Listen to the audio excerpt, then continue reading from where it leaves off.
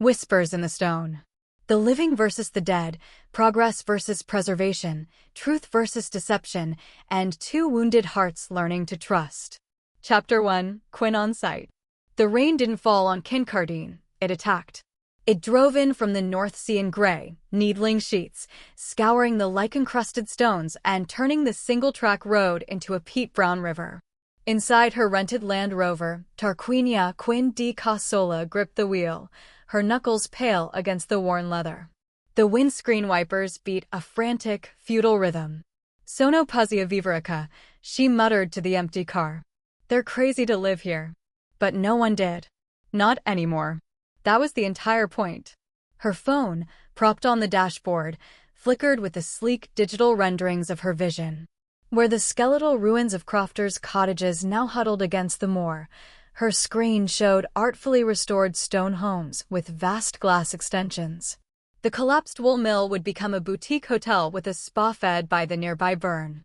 The derelict pub? A Michelin-starred restaurant showcasing local, foraged ingredients. Kincardine, a sanctuary reborn. The tagline was already set in her presentation deck. She crested the final hill, and the town revealed itself in the gloomy afternoon light. It wasn't sprawling, it was a clutch of perhaps 24 structures clinging to a fold of land between the dark hills and the fierce gray sea. Slate roofs sagged. Windows were empty, dark sockets. The bones of the place were good, though sturdy Scottish granite, defiant against the weather, if not against time and economics. Quinn felt a surge of pure, possessive energy. This was her canvas. Her masterpiece. The last piece of the puzzle for Di Casola Development's venture into experiential, soulful tourism. She'd bought the entire valley, loch, stock, and barren acre for a song from a distant, disinterested air. The locals in the nearest living village, 20 miles away, had been suspicious but resigned. Progress was progress, even if it came with an Italian accent and a too-sharp suit. She pulled up next to the only sign of current habitation, a rusty pickup truck outside a cottage that seemed in marginally better repair than the others. As she killed the engine, the silence rushed in, thick and heavy, broken only by the drumming rain and the distant cry of a gull. It was a silence that felt attentive. Shaking off the thought, Quinn pulled on her waxed jacket and stepped out into the downpour. The cold was a physical shock, but she straightened her shoulders and walked towards the cottage door. It opened before she could knock. The man who filled the doorway was as much a part of the landscape as the stones. Old Hamish, the caretaker, was built like a gnarled oak, his face a map of wrinkles and windburn. His eyes, the color of the peat-stained burn, regarded her without welcome. "Miss Di Casola," he said, his voice a low rumble. "You picked a day for it." "The weather is irrelevant to the plans, Mr. McLeod," Quinn said, offering a brisk smile that didn't reach her eyes. "I'm here to see the site. Will you walk with me?" He grunted, pulling on an ancient oilskin, and led the way without another word. They walked down what had been the main street. Weeds burst through the cobbles. The wind whistled a lonely tune through a broken pane in the post office. "It's got a strong feeling, this place," Hamish said abruptly, his eyes not on her, but on the empty windows they passed. "Melancholy," Quinn agreed, her mind on drainage and foundation reinforcements. "But full of potential. We'll honor the history, of course. Plaques. Maybe a small visitor center detailing the clearances." Hamish stopped and turned to look at her fully. "Nay, lass. Not a feeling of the past. A feeling of now." Quinn blinked, her professional facade faltering for a second. "It's a ghost town, Mr. McLeod. By definition, the feeling is of the past." He held her gaze, and for a moment, she felt a ridiculous chill that had nothing to do with the rain. Ghosts." He said the word as a simple fact, like rain or stone. Then he turned and pointed a thick finger towards the old schoolhouse. "Mind the steps there. The stone's loose. Wouldn't he want you to take a fall before the real work even begins?" It was a warning. But about the steps or something else? Quinn dismissed the prickle on her neck. Superstition. The poetry of ruins. It was all part of the atmosphere she would eventually commodify. For the next hour, she was all business. She took photographs, made sharp notes on her tablet, measured doorways with a laser measurer, her mind translating decay into floor plans. The schoolhouse, the smithy, the row of weavers' cottages. But as she worked, the feeling Hamish had mentioned grew. It was a pressure, a sense of being watched from the blank windows. Once, in the upstairs room of the largest house, the laird's old place, perhaps, she thought she saw a flicker of movement, a shift of shadow. She snapped her head up, heart thudding oddly. Nothing. Just the dance of rainlight on rotting floorboards. You're tired, she told herself. Jet lag from Milan, and this damned Scottish gloom. Her final stop was the small, walled cemetery on the hill overlooking the sea. The stones leaned like drunken teeth, names erased by centuries of salt wind. It was the ultimate symbol of the town's ended story. A clean slate. As she stood there, the wind momentarily dropped. In the sudden, eerie quiet, she heard it clearly. The sound of children's laughter, bright and fleeting, carried on the air from the direction of the empty schoolyard. Quinn froze. The sound was gone as quickly as it came, swallowed by the returning roar of the wind and sea. A trick of the mind.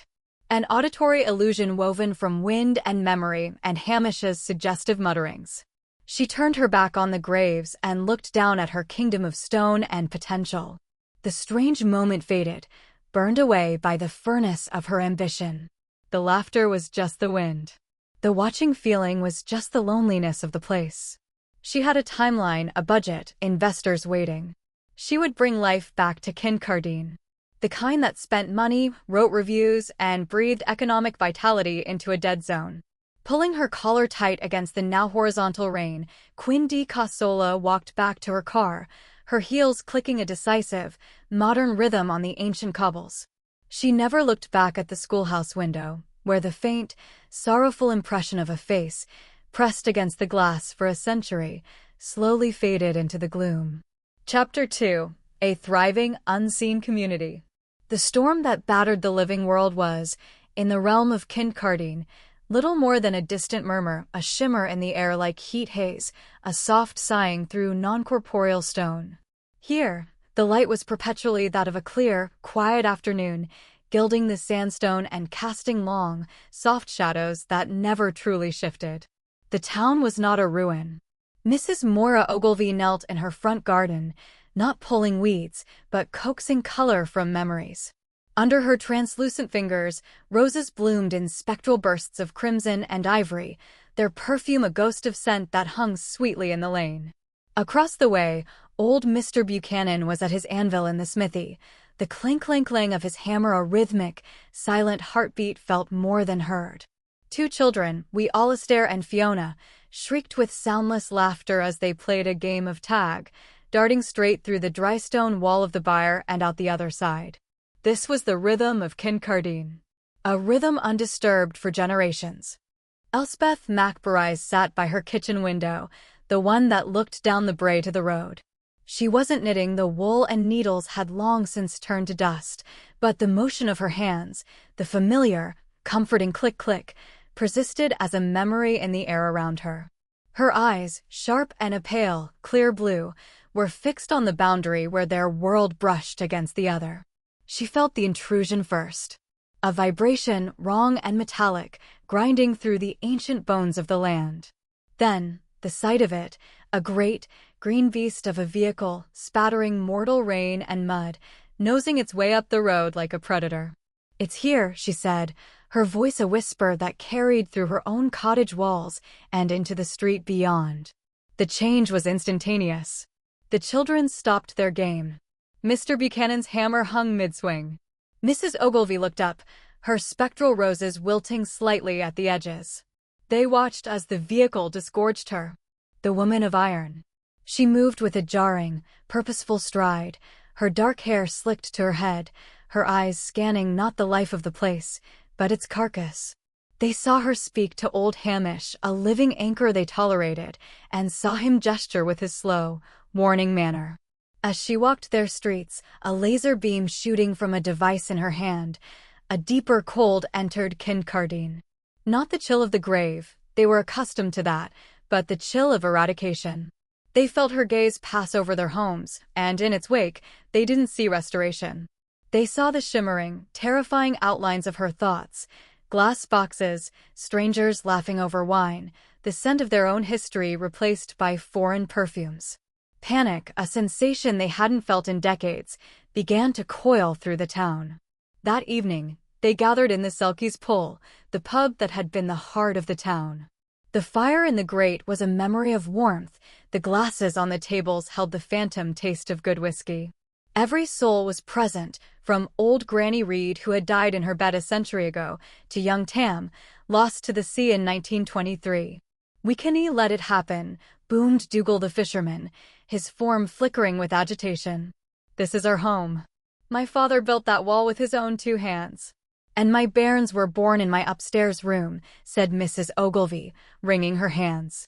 "She'll turn it into a linen closet for some banker from London."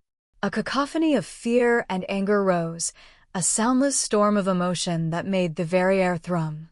"Enough." Elspeth's voice cut through the din.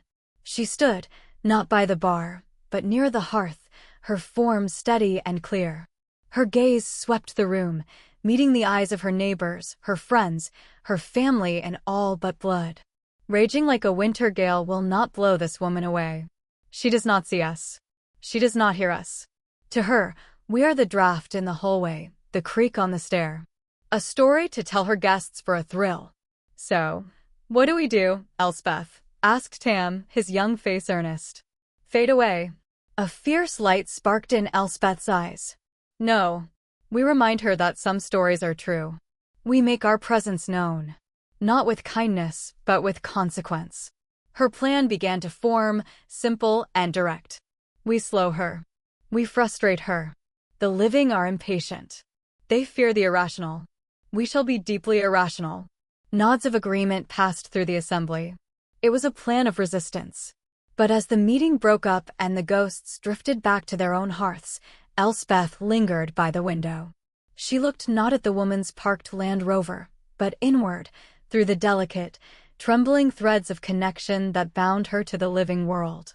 There was one thread, fine as gossamer but strong as steel, that led away from Kincardine, south to Edinburgh. It had shimmered with a peculiar intensity lately. Her great-granddaughter, Caristiona, the one who carried the sight. A fragile hope, more dangerous than any plan of hauntings, stirred in Elspeth's chest. Perhaps they did not need a war. Perhaps they needed a translator. Outside, in the living world, Quinn de Cassola stood in the graveyard, her back to the town, her mind on demolition schedules. Inside the Selkies Pull, Elspeth watched the iron-willed woman, and for the first time in decades, she felt not the peace of eternity, but the sharp, familiar pang of a gamble. Chapter 3. The Medium. The Edinburgh office of de Cassola Developments was a monument to glass, steel, and suppressed sound.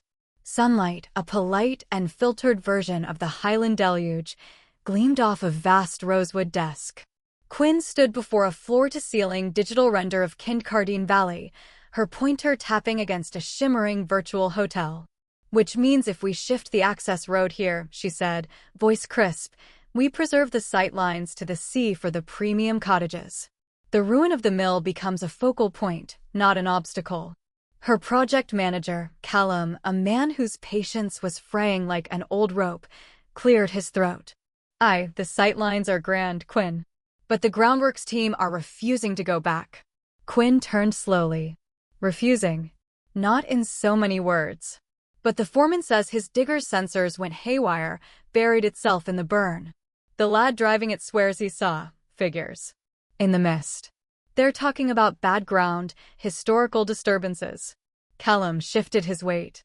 "It's nonsense, but it's costing us a day's hire, and the talk in the local pub isn't helping." A cold fury settled in Quinn's stomach. Superstition. The most tedious and expensive of all delays. Tell them it's settled ground. Tell them it was a glitch. Tell them I'll double the hazard pay for the week. "I don't care what you tell them, Callum. I want machines on that site tomorrow." "They might walk," Callum said, quietly. Quinn held his gaze until he looked away. The silence stretched.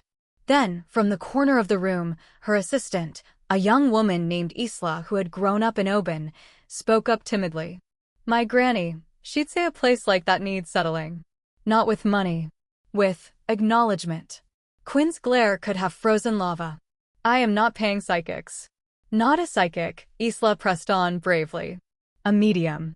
Someone who communicates. Clears the air. It's not for us, it's for the workers. If they see someone respectable do a blessing or whatever, it might calm the nerves. A ritual. Quinn wanted to laugh. She wanted to fire everyone in the room. But she looked back at the digital Kincardine, at the blinking red delay warnings on the timeline beneath it. Her investors were modern, global, savvy. They also had a Swiss fondness for on-schedule returns. A day's delay was a problem. A mutiny was a catastrophe. Fine, she bit out. Find me one. The least theatrical one you can. Someone who looks like a librarian, not a carnival act. And get it done by Friday. 2 days later, in a quiet, book-lined consulting room in Stockbridge, Carrie McBride prepared her armor. It was a subtle ensemble. A charcoal wool wrap dress, expensive but understated. Her riot of copper hair was tamed into a severe, elegant knot at the nape of her neck. The only hint of the uncanny was in her eyes, a changeable gray-green like sea-kept glass, and in the simple silver cuff she wore on her wrist, a complex pattern of interlaced knots, a family heirloom. She looked exactly like what her website promised, a sensitivity consultant, specializing in historical sites and personal genealogical resonance. No crystal balls. No gauzy shawls. She checked her reflection, not out of vanity, but as a final inspection. The persona was perfect, calm, academic, slightly detached. It was a lie built of necessity, a dam holding back an ocean. For Carrie, the air was never clear. It was a constant, whispering tapestry of the past, a pressure of presences just behind the veil. Her work was not about communing with spirits for clients' amusement. It was about careful, controlled translation. She soothed residual energy, interpreted persistent atmospheres as historical data, and offered closure, all while desperately pretending she couldn't actually see old Mrs. Henderson weeping by the fireplace. Kincardine had been a persistent, dull ache in her soul for weeks, a tug on that one fragile, luminous thread that connected her to her great-grandmother. She'd ignored it. She always ignored the personal ones. They were too dangerous, too apt to shatter her carefully constructed control. When the inquiry had come from Di Casola Developments, her heart had plummeted and then begun a frantic, hammering beat. It was a summons she couldn't refuse. It was also a professional minefield. The intercom on her desk buzzed. Ms. McBride? Your 10 o'clock is here. A Ms. Di Casola. Send her in, please. The door opened, and the woman from the Land Rover entered Carrie's sanctuary. Quinn Di Casola in the flesh was even more potent than the anxious, determined energy Carrie had felt radiating from the email. She was a slash of midnight blue in the muted room, her tailored coat hanging open. She carried the chill of the outside air and the heat of impatience around her like a force field. Her dark eyes swept the room, missing nothing, the books on Celtic stone carvings, the tasteful artwork, the absence of any obvious, spooky paraphernalia. Her gaze finally landed on Carrie, and the assessment was instantaneous, merciless. Ms. McBride, Quinn said, her accent layering Italian melody over English precision. She did not extend a hand. You come highly recommended for your discretion. Ms. Di Casola. Please sit. Carrie's voice was her first weapon, low, calm, a Hebridean lilt softened by an Edinburgh education. She gestured to the chair opposite. I understand you're having some workforce difficulties at a development site. Quinn sat, back straight, perching rather than relaxing. I am having difficulties with irrational fear based on local ghost stories. I require you to dispel them. Efficiently. Carrie allowed a small, professional smile. My work is less about dispelling and more about understanding. All places hold memory. Sometimes, acknowledging that memory can alter the climate of a location for those sensitive to it. The climate I'm concerned about is one of stalled productivity, Quinn said flatly. Can you do a ceremony? A cleansing? Something tangible my workers can see, so they can get back to work. Carrie felt the first flicker of annoyance beneath her calm. This woman saw her as a human smoke machine, a superstitious prop. It's not a performance, Ms. Di Casola. It's an assessment. I will need to visit the site, sense its history, and then recommend a course of action. That may involve a simple acknowledgement ritual. It may not. Quinn's eyes narrowed. She was a woman used to buying solutions, not processes. How long? A preliminary site visit takes a day. My report and recommendations another 2. I'll give you tomorrow on site. The report I need by Monday morning. Quinn stood, the meeting clearly on her schedule's death row. My assistant will send coordinates and access details. Be at the site at 9 a.m., don't be late. She turned to leave, then paused at the door, looking back. Her gaze raked over Carrie once more, and for a split second, the professional hostility wavered, replaced by a spark of stark, curious intensity. And Ms. McBride? The budget for this assessment is not a blank check. Make it convincing. The door shut behind her, leaving a vacuum in the quiet room. Carrie let out a slow, shaky breath she hadn't realized she'd been holding. The dam held, but it had shuddered. The woman's energy was a battering ram of will. And the pull from Kincardine, now given a face and a name and a deadline, was no longer a dull ache. It was a scream. She looked down at her silver cuff, the knots seeming to twist under her gaze. She was walking into the heart of her own history, to lie to a woman who hated deception, in order to protect a secret that was her very soul. "Oh, Gran," she whispered to the empty, listening room. "What have you gotten me into?" Chapter 4. First Visit. The sky over Kincardine was a washed-out gray blanket, holding back the rain but not the damp, bone-chilling cold. When Carrie's modest hatchback bumped to a stop next to the monstrous Land Rover, the silence felt heavier than any city quiet. It was a listening silence. She'd dressed for battle in her field armor, sturdy boots, practical trousers, a thick cable-knit sweater the color of heather. Her hair was still ruthlessly pinned, the silver cuff secure on her wrist. She took a deep breath, the air tasting of peat, salt, and something else, a vibration, like a struck tuning fork heard through water. Home. The word ambushed her, sharp and painful. Quinn was already waiting, leaning against her vehicle with her arms crossed. She looked like a corporate explorer in her pristine technical jacket. "You're punctual," she said, which from her was high praise. "Let's not waste the light. No pleasantries. No offers of coffee. Just business." Carrie shouldered her bag, containing a notebook, a voice recorder, and a few benign, professional tools like a compass and a small brass bell, and fell into step beside her. "The main areas of disturbance," Quinn began, her voice cutting the stillness, "have been around the old mill foundation and the row of cottages on the east side. Equipment malfunctions. Tools going missing. The usual campfire story nonsense." Carrie said nothing. She was too busy holding herself together. With every step, the whispering tapestry of the place grew louder. It wasn't voices, not yet. It was impressions, the grind of a handloom from a cottage they passed, the smell of fresh-baked bannock from a chimney that hadn't smoked in 80 years, the faint, happy exhaustion of a fisherman coming up the path. This wasn't residual energy, the echo of a single traumatic event. This was ongoing life. "Do you feel anything?" Quinn's question was pointed, skeptical. "Or do you need to do something?" "I'm gathering impressions," Carrie said, her voice tighter than she intended. She focused on the physical to anchor herself. "The stonework is remarkable.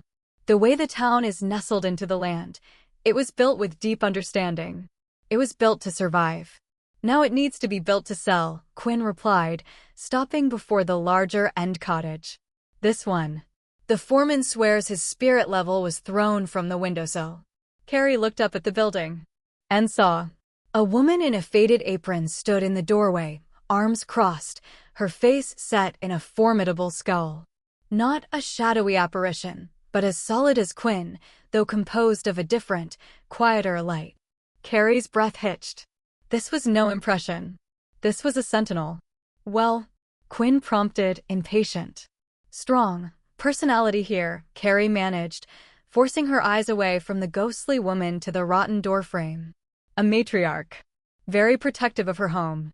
Quinn raised an eyebrow. A guess anyone could make from the largest house on the row. Frustration flared in Carrie, cutting through her awe.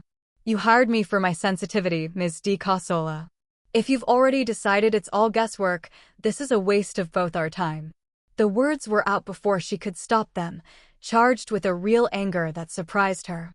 Quinn studied her, that sharp gaze missing nothing, the pallor of Carrie's skin, the slight tremor in her hands she was trying to hide. Fine. Proceed. They moved on to the old schoolhouse. Its roof was partially caved in, the small desks visible through the gap, scattered and mossy. Children's laughter, Quinn said abruptly, her voice quieter. I heard it. Up here, by the graves. The first day. Carrie stopped. That admission, so grudging and stark, changed something. It wasn't belief, but it was a crack in the wall of Quinn's certainty. Before Carrie could respond, she turned to the schoolhouse door. And the world shifted. Inside, the light was different. Warmer. The ruins were overlaid with a memory of wholeness. A peat fire glowed in the hearth. Charts of the alphabet lined the walls. And there, by a desk, was a little boy. He was tracing letters in a dusty slate, his face a picture of concentration. He looked up as Carrie entered, and his eyes, clear and bright, met hers. He smiled. A gap-toothed, welcoming smile. A sob caught in Carrie's throat. It was so innocent, so utterly normal. This was no tragic phantom.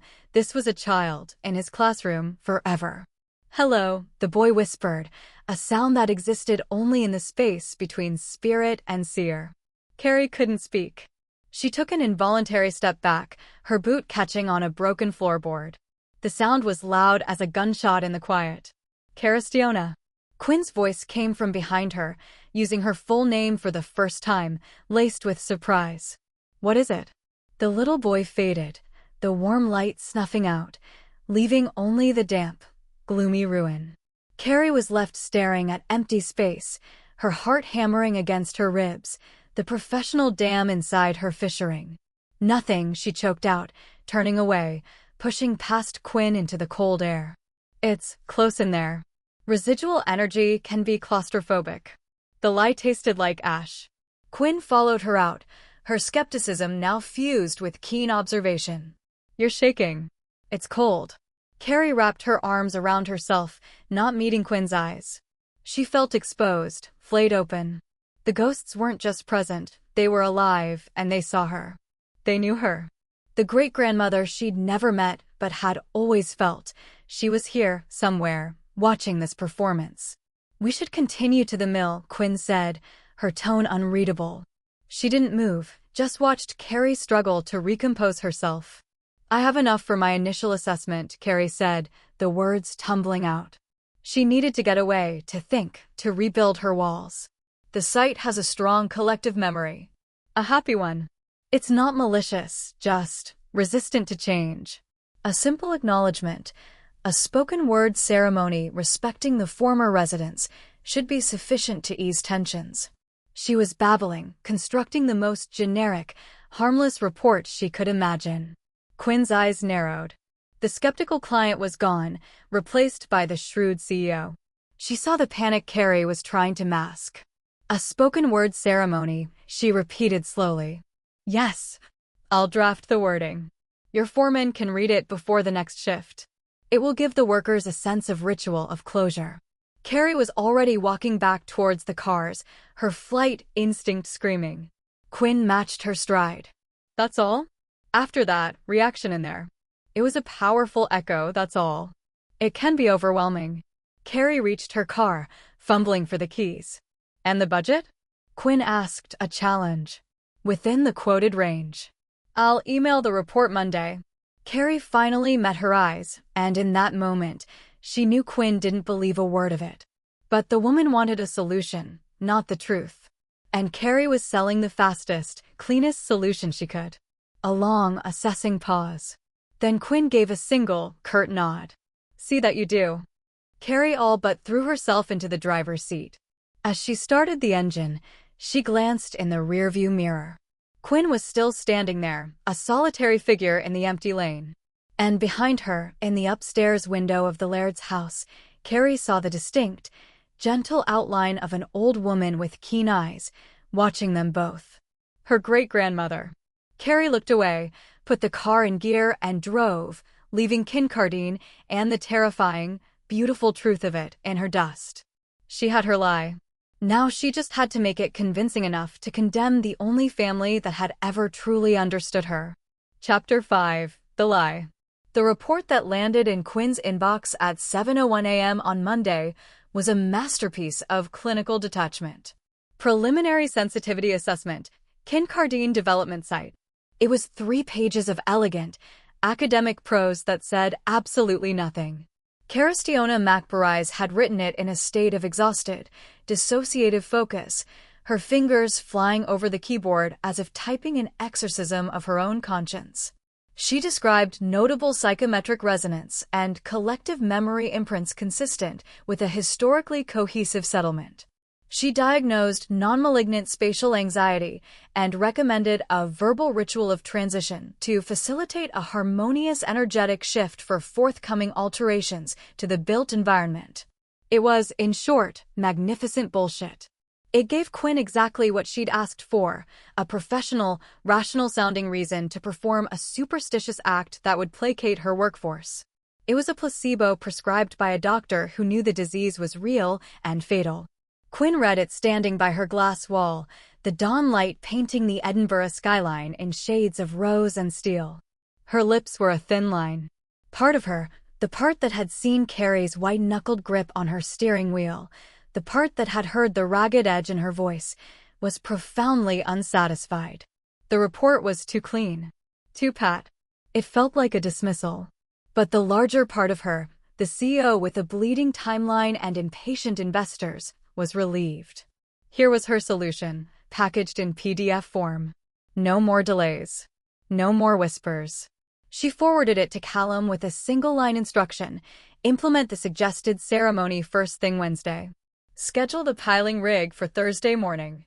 Then she poured herself a very large, very expensive espresso and willed the strange, lingering image of Carrie's haunted eyes from her mind. On Wednesday, under a sky the color of bruised slate, the Kincardine workforce gathered in a reluctant, shuffling semicircle by the old mill burn. Quinn had driven up from Edinburgh to observe, a silent, imposing figure in her black coat. Callum stood beside her, holding a printout of Carrie's prescribed, verbal acknowledgement. He cleared his throat, the sound swallowed by the vast, damp air. Right then. I'm going to say a few words. For the folk who used to live here. To wish them peaceful rest like. He began to read, his Glaswegian accent stumbling over Carrie's carefully crafted, sterile phrases. We acknowledge the historic community of Kincardine and honor the memory of its inhabitants. We seek blessing for this new chapter of stewardship. The men stood, hands in pockets, eyes darting to the empty windows. Some looked embarrassed. A few younger ones smirked. Old Hamish, leaning on his spade at the back, watched with an expression of deep, sorrowful irony. In the spectral version of the same space, the entire ghostly community of Kincardine watched in silent, gathering fury. They stood among the living unseen. Mrs. Ogilvy listened to the words about peaceful rest and let out a soundless cry of outrage, her spectral roses turning thorny and black. Dougal the fisherman spat a phantom mouthful of whiskey onto the ground. The little boy from the schoolhouse hid his face in his mother's skirts. Elspeth McBride stood at the front of her people, her form rigid. She heard not the clumsy words, but the intent behind them, a funeral dirge for their home, a polite eviction notice. Her gaze was fixed not on Callum, but on her great-granddaughter's client. On Quinn, whose face was a mask of impatient resolve. The ceremony ended. Callum folded the paper. Right. That's that sorted. Back to it, lads. Piling rig arrives tomorrow. The group dispersed, the mood lighter, the strange pressure seemingly lifted. The ritual had worked. For the living. Quinn allowed herself a small, tight smile of satisfaction. She pulled out her phone and typed a brief email to Carrie. To Caristiona McBride. Subject: Kincardine. Ceremony completed. Atmosphere improved. Report was adequate. Final invoice approved. It was a dismissal. A severance. The medium had served her purpose. As she turned to walk back to her car, she passed the old schoolhouse. For a fleeting second, the hair on the back of her neck stood up. She could have sworn she heard, beneath the sigh of the wind, the sound of a slate pencil scratching. She shook her head, a hard, definitive motion. Imagination. Echoes. Nothing more. In her Edinburgh apartment, Carrie received the email. The words adequate and atmosphere improved hit her like physical blows. She saw it all, the hollow ceremony, the workers shrugging, Quinn's decisive nod, the machines rolling in. She had done it. She had lied, and her lie had given the woman of iron the green light. The guilt was a cold, sick weight in her stomach.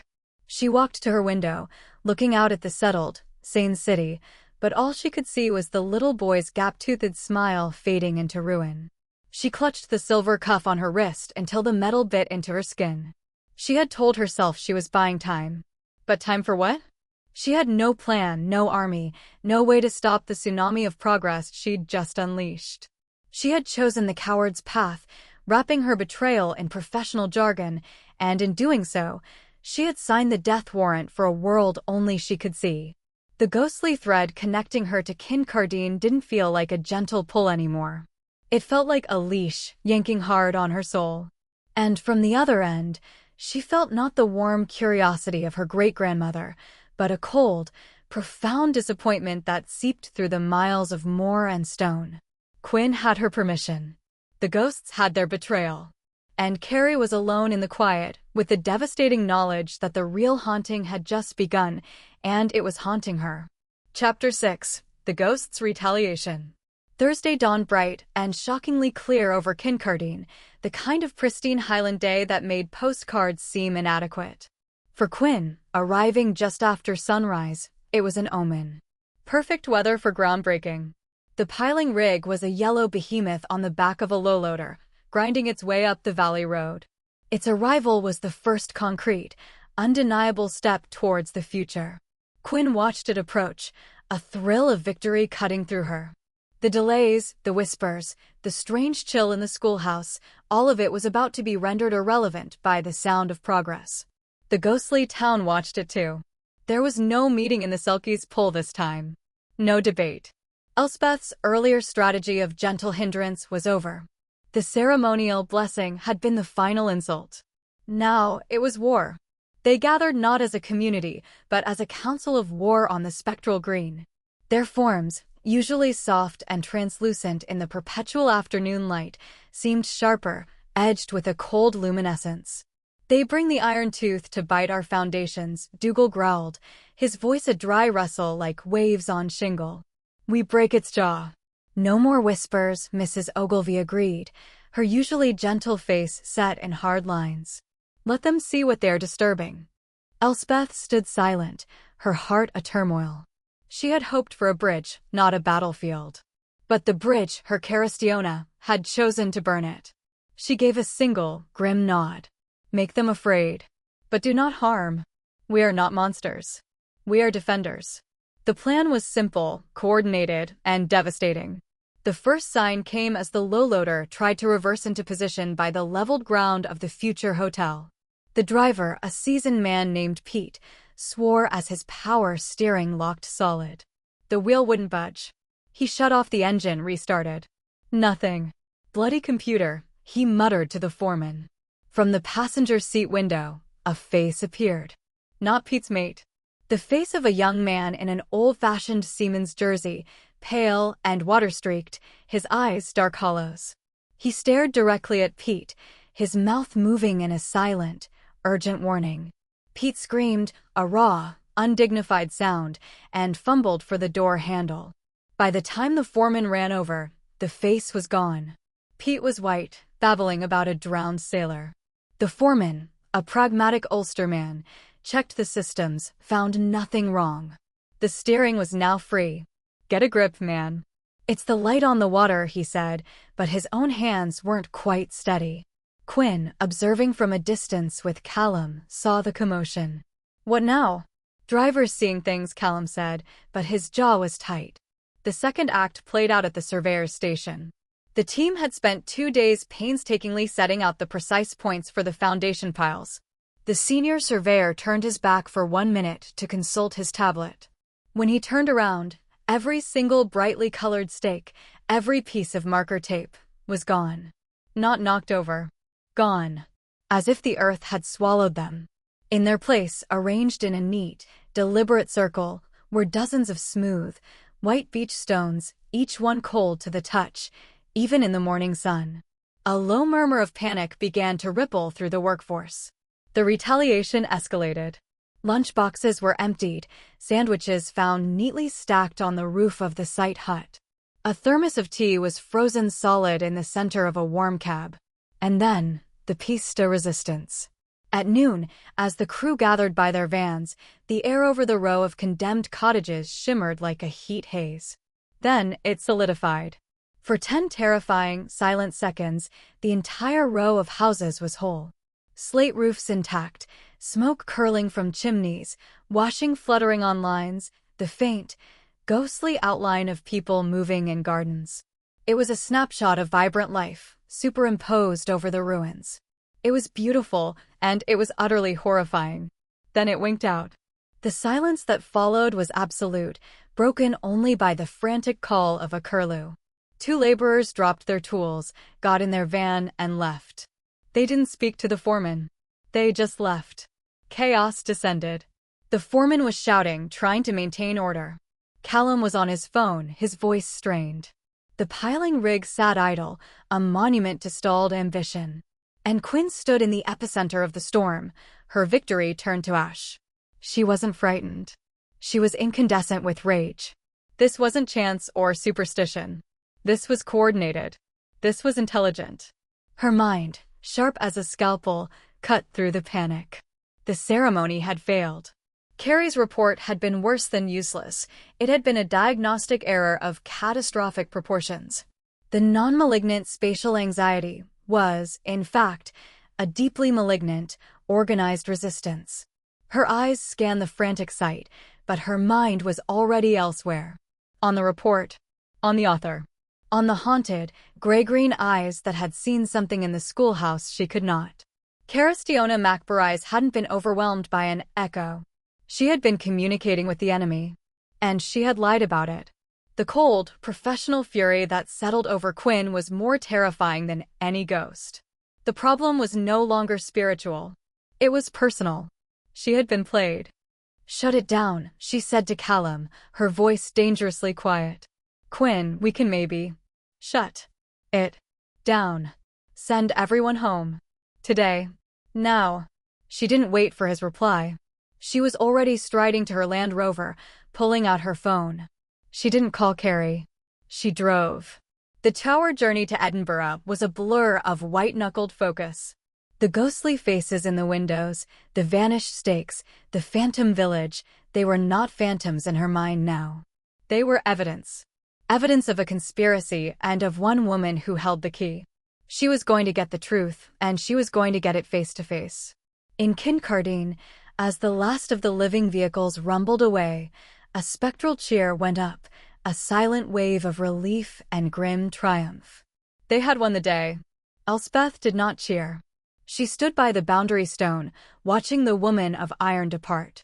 She felt the tsunami of that woman's anger rolling down the glen.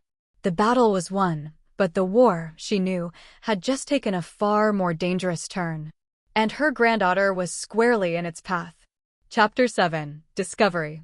The storm that reached Edinburgh was contained within a single, moving vehicle. Quinn's knuckles were white on the steering wheel, her mind replaying the day's horrors on a relentless loop, the sailor's waterlogged face, the circle of cold stones, the whole village breathing for a single, impossible moment. Each image was a nail hammered into the coffin of her skepticism, and each nail bore the same signature. Caristiona McBride had known. She didn't bother with the buzzer at the Stockbridge consulting rooms. It was after hours, the building silent. She knew the address of the flat above from the business paperwork. She took the stone steps two at a time, her fury a live wire in her chest. She hammered on the dark blue door, not a request for entry but a demand. Inside, Carrie had been trying and failing to meditate. The guilt was a physical ache. The phantom chill of Kincardine had followed her home, clinging to her skin. The hammering blow on the door jolted her heart into her throat. She knew, with a psychic certainty and a guilty woman's dread, who it was. She opened the door. Quinn looked like vengeance incarnate. The elegant corporate polish was gone, stripped away by the moorland wind and rage. Her hair was wild from the drive, her eyes blazing in a face pale with controlled fury. She didn't wait for an invitation. She stepped forward, forcing Carrie back into her own hallway. "What did you see?" The question was a laser, cutting through any pretense of greeting. Carrie's mouth went dry. "Quinn, Ms. DiCassola, I don't." Quinn shut the door with a definitive click, sealing them in the quiet, book-lined space. "Don't assess me. Don't give me more professional platitudes. My sight is in chaos. My men saw things. Intelligent things. You stood in that schoolhouse and you saw something that scared the life out of you. What was it?" Carrie wrapped her arms around herself, the familiar defensive gesture. "I told you, it was a powerful resonance." "A child," Quinn spat the word. "Wasn't it?" "A little boy, tracing letters on a slate." The air left Carrie's lungs. How could she know? Quinn saw the confirmation in her eyes, the utter collapse of her facade. It fueled her further. "You didn't write a report to clear the air. You wrote a report to get me off your back. To give me a false all clear so you wouldn't have to deal with whatever that is." She jerked her head, as if indicating the entire, haunted North. "You lied to me." The accusation hung in the air, true and terrible. Carrie had no defense. She looked at the floor, at the Persian rug her grandmother had left her, anywhere but at Quinn's piercing gaze. Quinn wasn't finished. She began to pace, a caged predator. "I've been in the archives. The local historical society. Trying to find a logical thread. And I found one." She stopped, pulling a folded printout from her jacket pocket. She didn't hand it to Carrie. She held it up like evidence before a jury. The 1921 census for Kincardine. Household of Finley MacBride Crofter. His wife, Elspeth. Their daughter, Annalise. Carrie felt the world tilt. The thread connecting her to Kincardine pulled taut, singing with a painful vibration.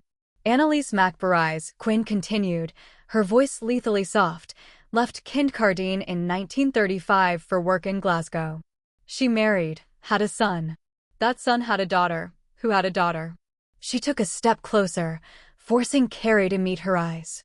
"Caristiona, you're not just some sensitive for hire. You're a descendant. Elspeth MacBride is your great-grandmother." It was out.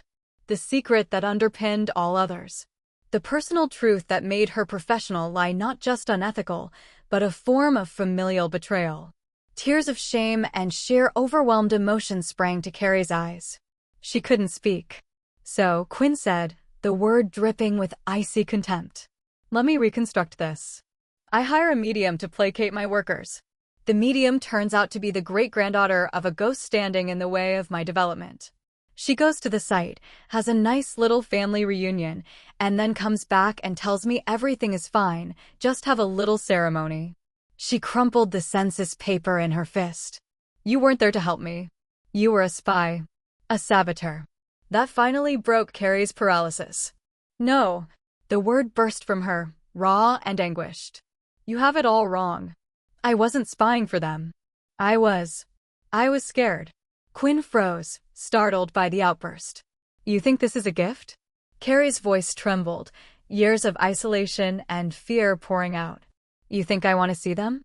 To hear them? To feel the chill of a grave every time I walk past a churchyard?" She took a shuddering breath. "I went there, and it wasn't a resonance. It was a town. Alive. Children playing, women gardening, men coming home. My great-grandmother." She swallowed hard. "And you want to bulldoze it into a spa. What was I supposed to tell you?" "Sorry, your investment property is actually a thriving spectral suburb. Please abandon your plans." "You would have had me committed." Quinn stared at her. The furious narrative in her mind of calculated corporate espionage shattered against the reality of the woman before her, not a cunning enemy, but a terrified, overwhelmed person, trembling with the burden of a truth too large to hold. The anger didn't vanish, but it morphed. The heat of betrayal cooled into the cold, hard reality of the situation. Carrie wasn't a saboteur. She was a witness. And what she was describing? They're real, Quinn said, not a question. A statement, heavy and world-altering. Carrie nodded, a single, exhausted dip of her chin. As real as you and I. Just, on a different frequency. Quinn sank into an armchair, the fight draining out of her, replaced by a dazed, profound disbelief. She thought of the laughter by the graves. The face in the window. The phantom village. All of it real.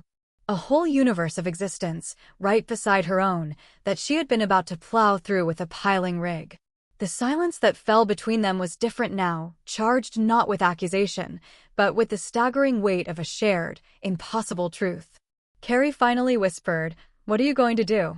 Quinn looked up at her, at the woman who had lied, and who had also just handed her the key to everything.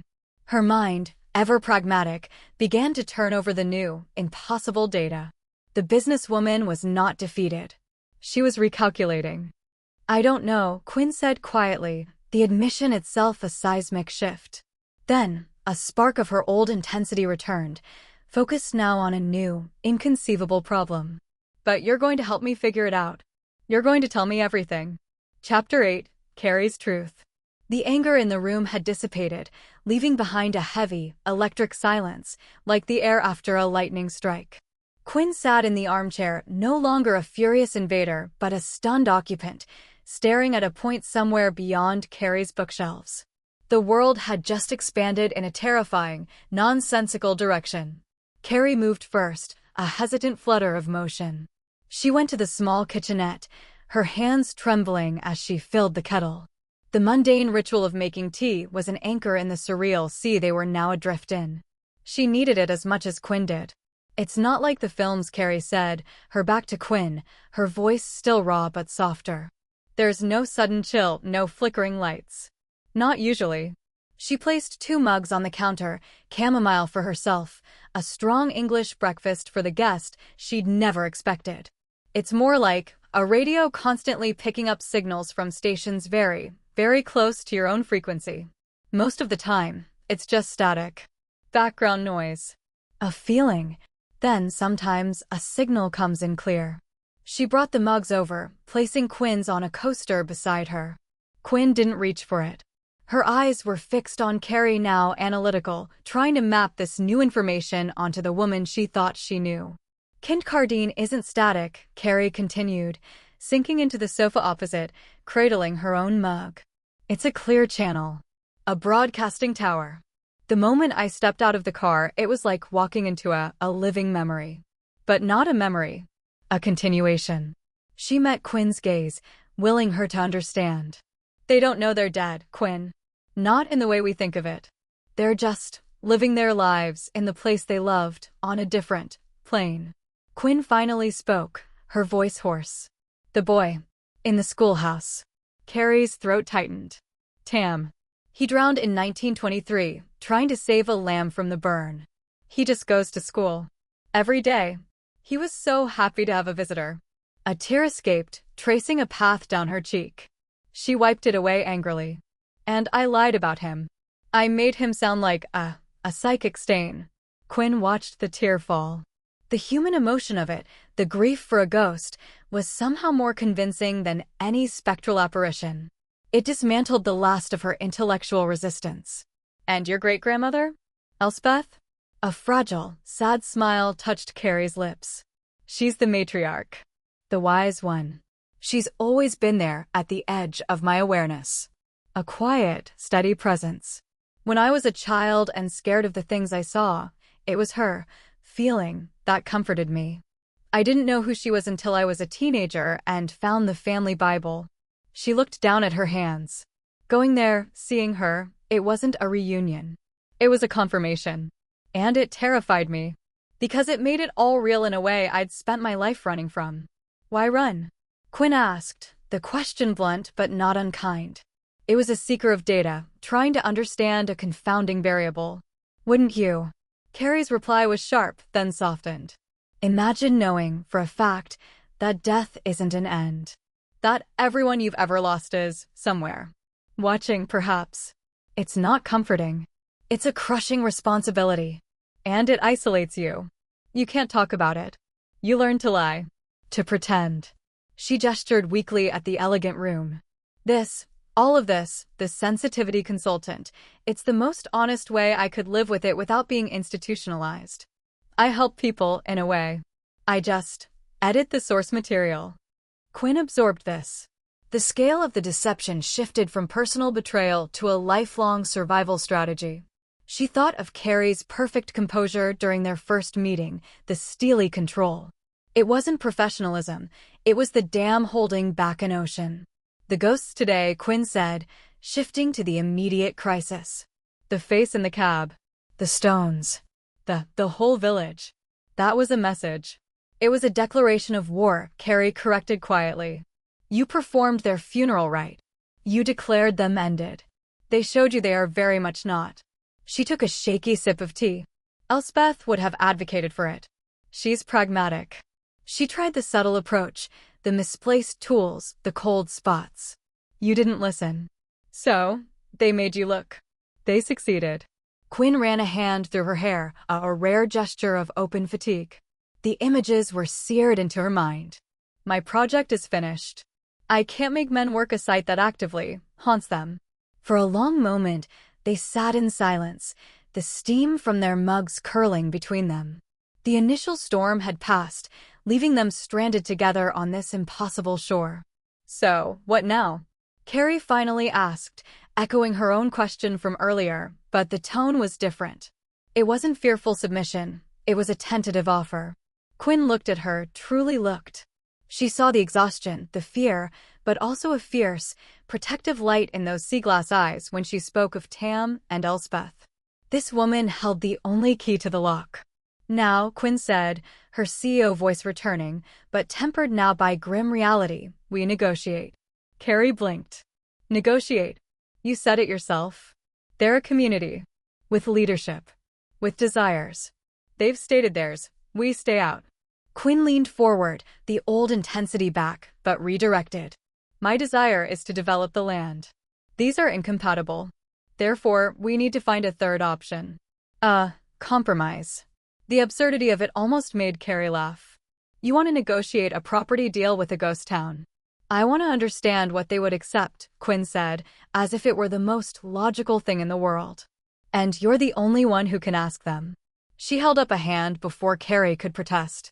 I'm not asking you to be my spy. I'm asking you to be my translator. My liaison. I will listen. But I need to know what they're saying. Carrie stared at her. The woman's capacity to pivot, to absorb the supernatural and immediately treat it as a complex business merger, was staggering. And yet, it was the first thread of hope she'd felt since this began. It wasn't surrender. It was strategy. They won't trust me, Carrie whispered. I lied to them, too. By helping you. Quinn's gaze was unwavering. Then you'll have to earn it back. And so will I. She finally picked up her tea, took a sip, and grimaced slightly. It was too strong and going cold. We go back. Together. And you introduce me? The words hung in the air, a terrifying and revolutionary proposal. Carrie looked at the silver cuff on her wrist, the knots of her heritage. She thought of Elspeth's watchful eyes, of Tam's smile.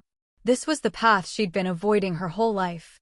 Not running, but walking directly into the heart of her gift, and using it not just to observe, but to act.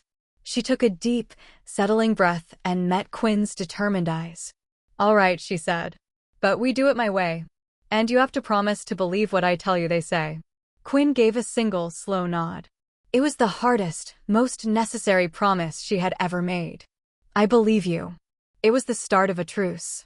Fragile, uneasy, and built on the bedrock of the impossible. Chapter 9. Quinn's resolve wavers. The drive back north the next morning was a journey through a world rendered alien.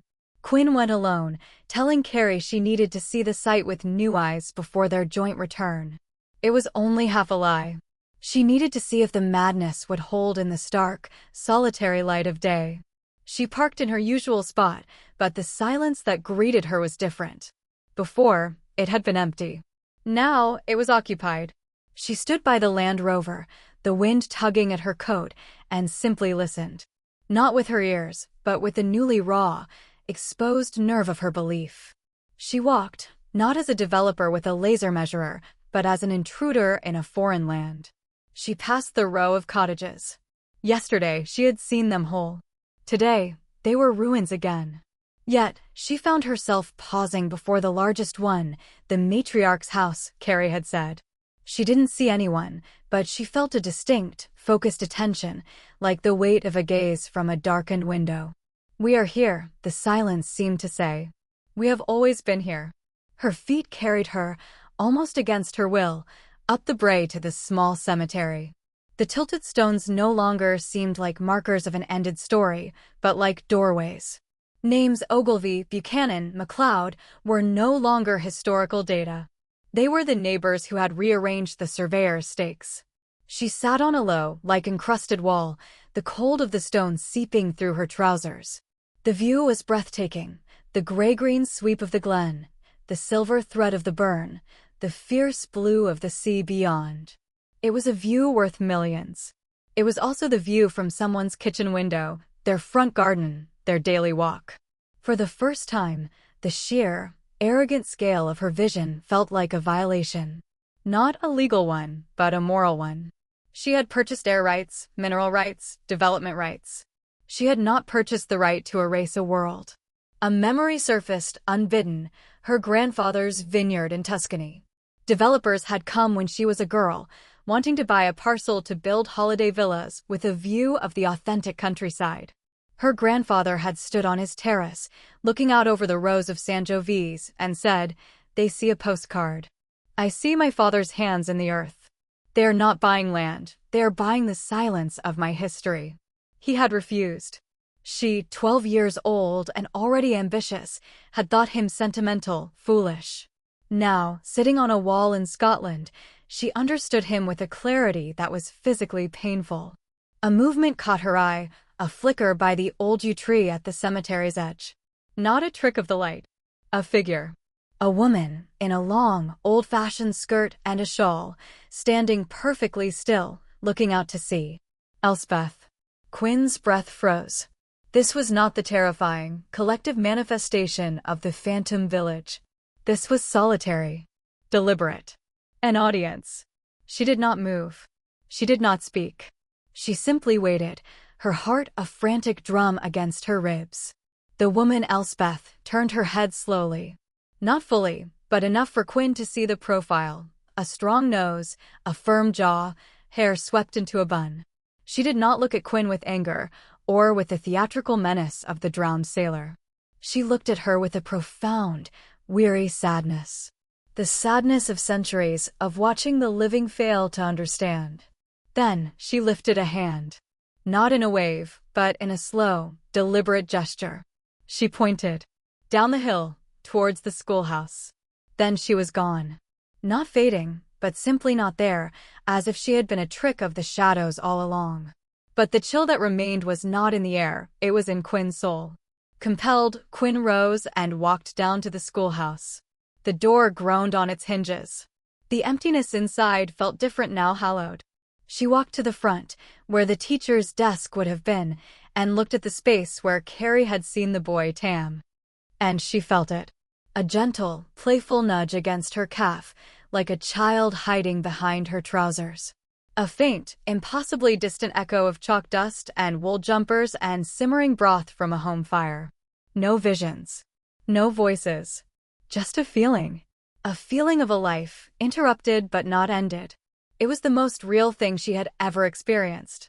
Her resolve, the titanium core of ambition that had driven her from Milan to Edinburgh to this glen, didn't break. It wavered. It softened, like granite under a constant drip of water. She could not bulldoze this. The thought was not just repugnant, it was suddenly, viscerally impossible. It would be murder of a kind the law had no name for. But to walk away? To let the investors down, to take the financial hit, to let Kincardine fade back into the mist as a beautiful, failed line on her company's portfolio? That was a different kind of death, the death of the future she had built, the identity of Tarquinia di Cossola, who made the impossible happen. She stood in the ruin, caught between two worlds, belonging to neither. Elspeth's silent indictment and the child's ghostly nudge had shown her the truth of the place. But they hadn't shown her a way forward. She pulled out her phone. There was no signal, of course. This place resisted modern connections. She opened her notes app and started typing, not a business memo, but a raw, fragmented thought. They're not in the way.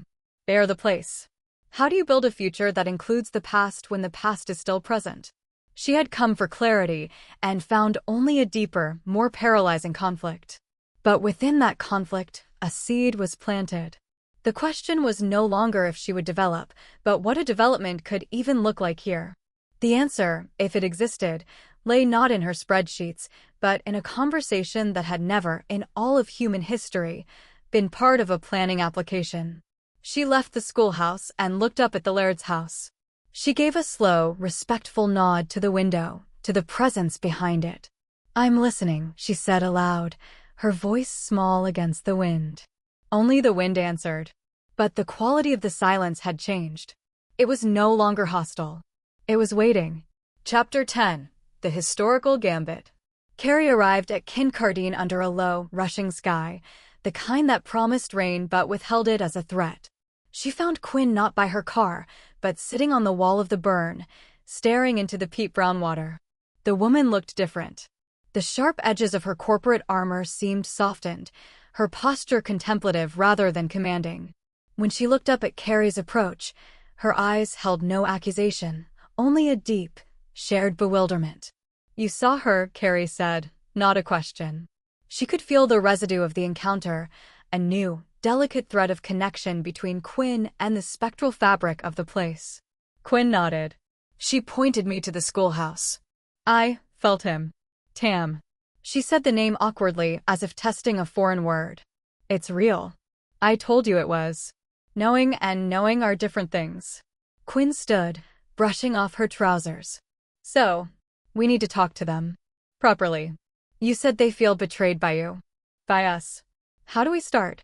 Carrie took a deep breath, the cool, charged air filling her lungs. This was the moment. We give them a victory. A reason to trust us. She turned and looked up at the Laird's house, her eyes seeking a window she knew was watched. "Your planning permission, the listed building consents, they're based on surveys and historical assessments that said nothing here was of significant importance beyond local interest." Quinn's brow furrowed. "Because it isn't. The local archives have barely a mention." "Because," Carrie said, a spark of her own cunning lighting her eyes, "the important history here wasn't written down. It was lived. And it's still living. But the living planning system needs something it can file in triplicate." She turned back to Quinn. "What if we found something? Something undeniable. A historically protected structure, an archaeologically significant site. Something that would force a pause, a reassessment. It wouldn't stop you forever, but it would stop the bulldozers next week." Understanding dawned on Quinn's face, followed by skepticism. "We can't just plant artifacts, Carrie. That's fraud." "We're not planting," Carrie said, her voice dropping, inviting Quinn into the conspiracy. "We're revealing. With their help." She gestured to the silent town. "They know where everything is. The old boundary stone from the clan disputes. The secret still site up in the bracken. The foundation of the pre-Reformation shrine that's under the mill wheel. They can show us. We discover it, document it, report it. The authorities have to investigate. It would buy us months. And it would show them," she nodded towards the ghosts, "that we are willing to fight for their history, even if we're using the living world's rules." It was audacious. It was borderline unethical. It was also, Quinn realized with a jolt, the first truly clever idea anyone had had about this project in weeks. It played to her strengths, maneuvering within systems while acknowledging the new, surreal reality. A stalling tactic, Quinn mused, her mind racing through logistics. It would give us time. Time to figure out what a third option even looks like. She met Carrie's gaze. Will they do it? Will they trust us enough to guide us? We have to ask, Carrie said simply. And we have to mean it. This can't just be a trick. It has to be the first step of the negotiation you talked about. Together, they walked to the center of the town, the empty square that had once held markets.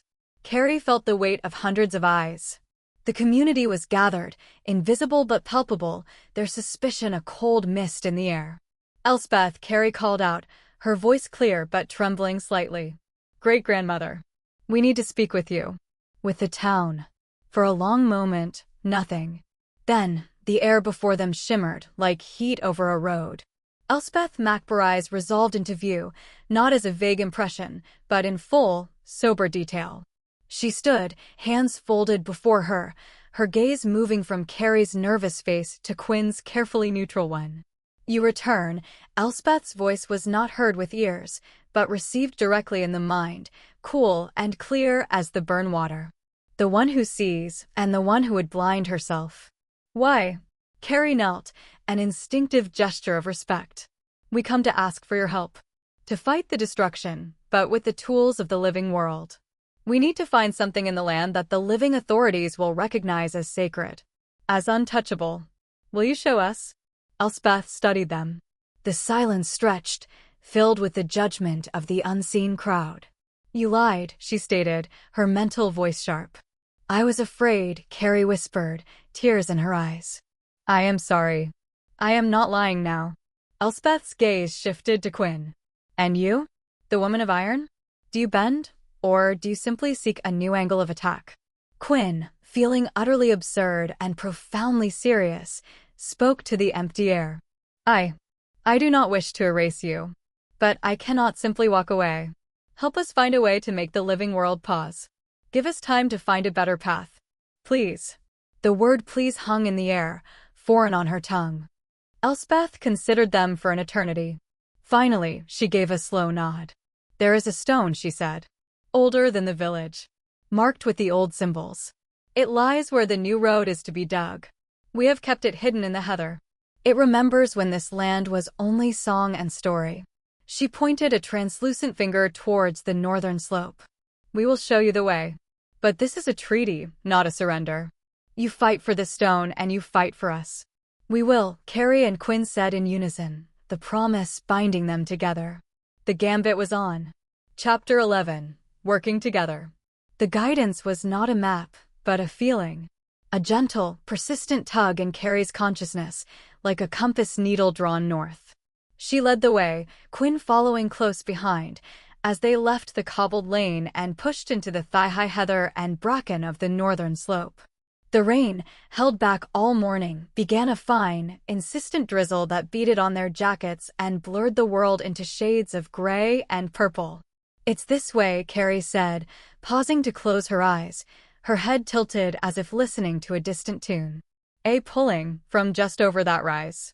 Quinn, used to GPS coordinates and contour maps, had to suppress her frustration.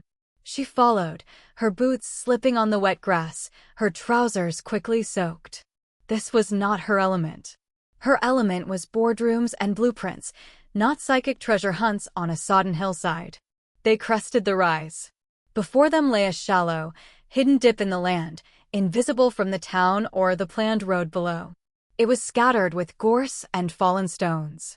Here, Carrie whispered, her certainty absolute. She moved forward, her hands held out slightly, palms down, as if feeling for warmth from a hearth.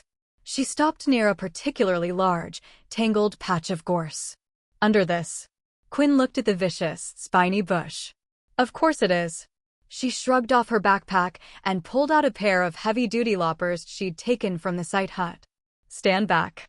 For the next 20 minutes, Quinn wrestled with the gorse. Thorns scraped her forearms, drawing thin lines of blood. Mud caked her knees. She grunted with effort, hacking and pulling, the physical labor a stark counterpoint to the ethereal nature of their quest. Carrie stood by, feeling useless. I should help, Carrie said, wincing as a thorn caught Quinn's cheek. You were helping, Quinn grunted, pausing to wipe rain and sweat from her brow. I can't feel the pull. You're the divining rod. I'm the gardener from hell. She attacked the bush with renewed vigor, a grim smile touching her lips. Carrie watched her. The polished CEO was gone. In her place was a determined, surprisingly capable woman, getting filthy and bloody in the service of a ghost's request. The disconnect was jarring and deeply compelling. Finally, with a last crack of woody stems, the gorse was cleared. Beneath it, half sunk into the peat, was a stone. Not a shaped building stone, but a large, glacial erratic. And on its moss-covered face, carved with ancient, weathered hands, were symbols, spirals, concentric circles, a faint, worn shape like a cup and ring mark. Quinn dropped the loppers. She knelt in the mud beside it, her breath catching. This was no planted artifact. This was genuinely, breathtakingly old. Prehistoric. The kind of thing that would make an archaeologist weep. My God, she breathed, her professional mind engaging despite the wonder. It's a Bronze Age ritual stone. Maybe even Neolithic.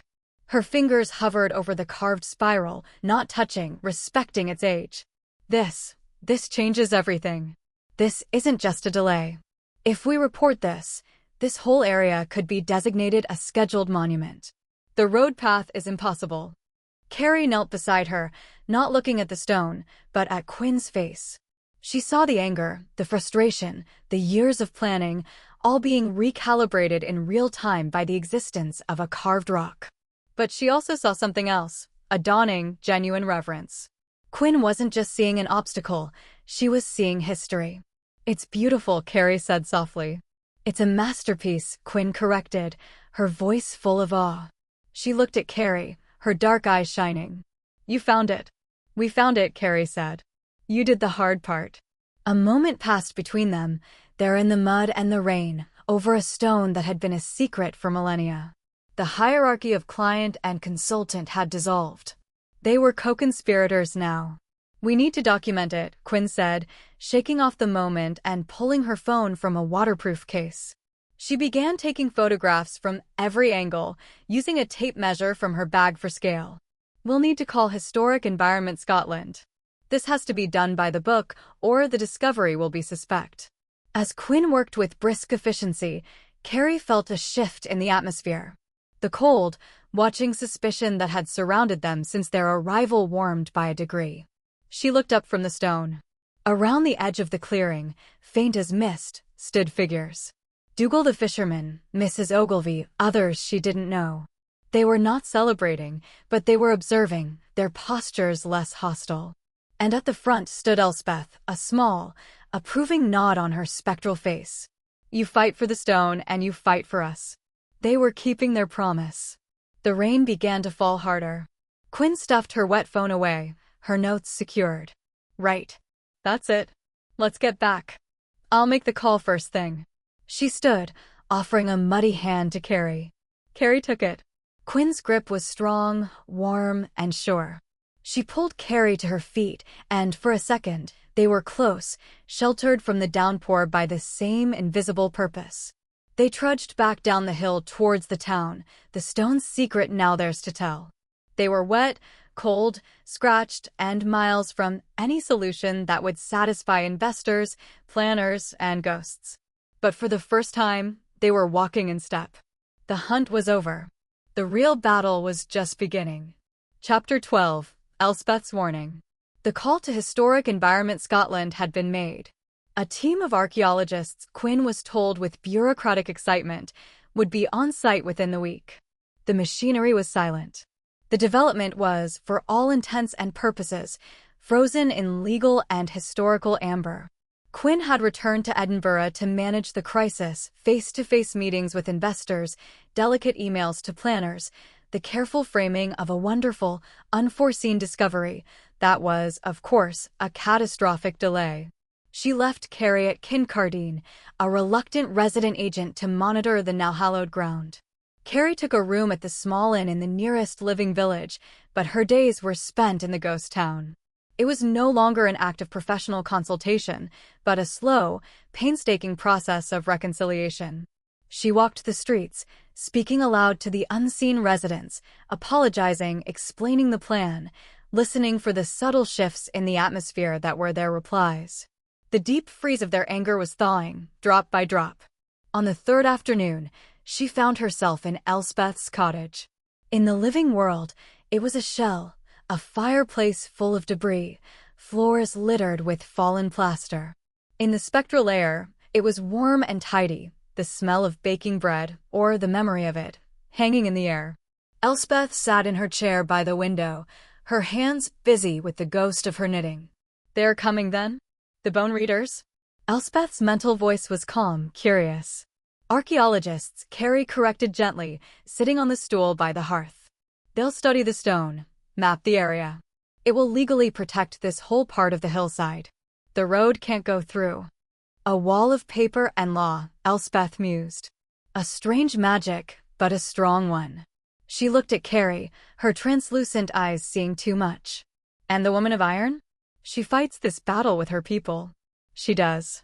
It's complicated for her. But she's fighting. She looks at you differently now." The statement was so casual, so certain, it sent a jolt through Carrie. "What?" "No, we're just working together. It's a truce." "A truce can be a bridge if both sides are willing to cross," Elspeth said, her needles clicking soundlessly.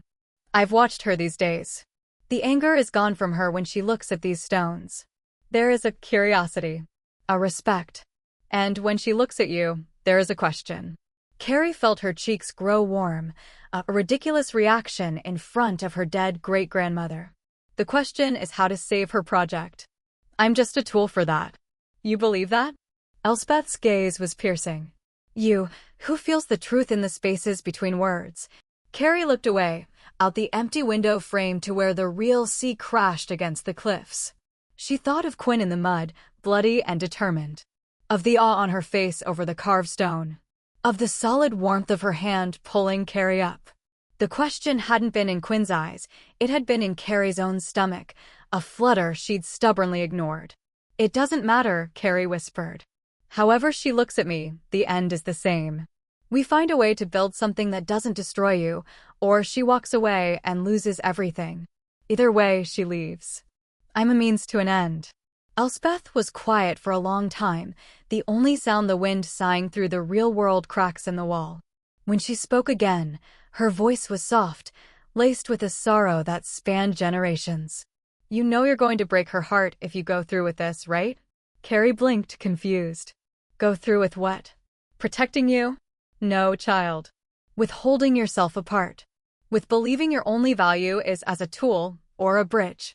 With building a wall around your own heart because you think the world inside it is too strange to be loved." Elspeth set her spectral knitting aside. "You are planning, even now, to be the noble sacrifice.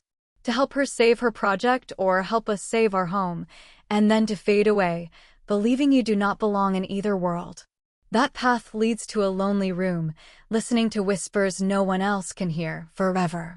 The accuracy of it stole Carrie's breath. It was her deepest fear, articulated by a woman who had been dead for 50 years. Flustered, defensive, Carrie grasped for the old, easy cynicism. It was a shield against the terrifying hope Elspeth was offering. She gave a brittle, hollow laugh. "Oh, does she have a heart?" The retort was meant to be sharp, dismissive. It came out sounding wounded. Elspeth's expression held infinite patience. "You have felt it. Beneath the iron. You would not fight so hard for a woman made only of stone and ambition." She leaned forward, her form shimmering. "The question, agreed, is not whether she has a heart. It is whether you will be brave enough to let her see yours."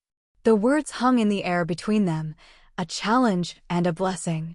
The ghost of her great-grandmother had seen straight through her, not with the sight, but with the wisdom of a long life and a loving heart. Carrie had no answer. She left the cottage soon after, walking back through the twilight town. Elspeth's warning echoed in her mind, not as a prophecy of doom, but as a map to a crossroads she hadn't acknowledged. She had been so focused on the battle for the town, she had ignored the quieter, more terrifying war within herself. She looked up at the first stars pricking through the violet sky. Somewhere in Edinburgh, Quinn was in a different kind of battle, fighting with spreadsheets and legal terms for the right of a carved stone to exist. Does she have a heart? Carrie knew the answer. And that knowledge was the most dangerous discovery of all. Chapter 13. Carrie's Retort. Elspeth's words haunted Carrie like a second ghost. Does she have a heart? The flippant retort echoed in her mind, a shield she kept raising against the terrifying vulnerability her great-grandmother had exposed. She threw herself into work, the tangible kind. With Quinn in Edinburgh managing the bureaucratic earthquake of the carved stone, Carrie became the on-site liaison. She met the team from Historic Environment Scotland, a jovial, dirt-under-the-fingernails archaeologist named Dr. Murray and 2 earnest students.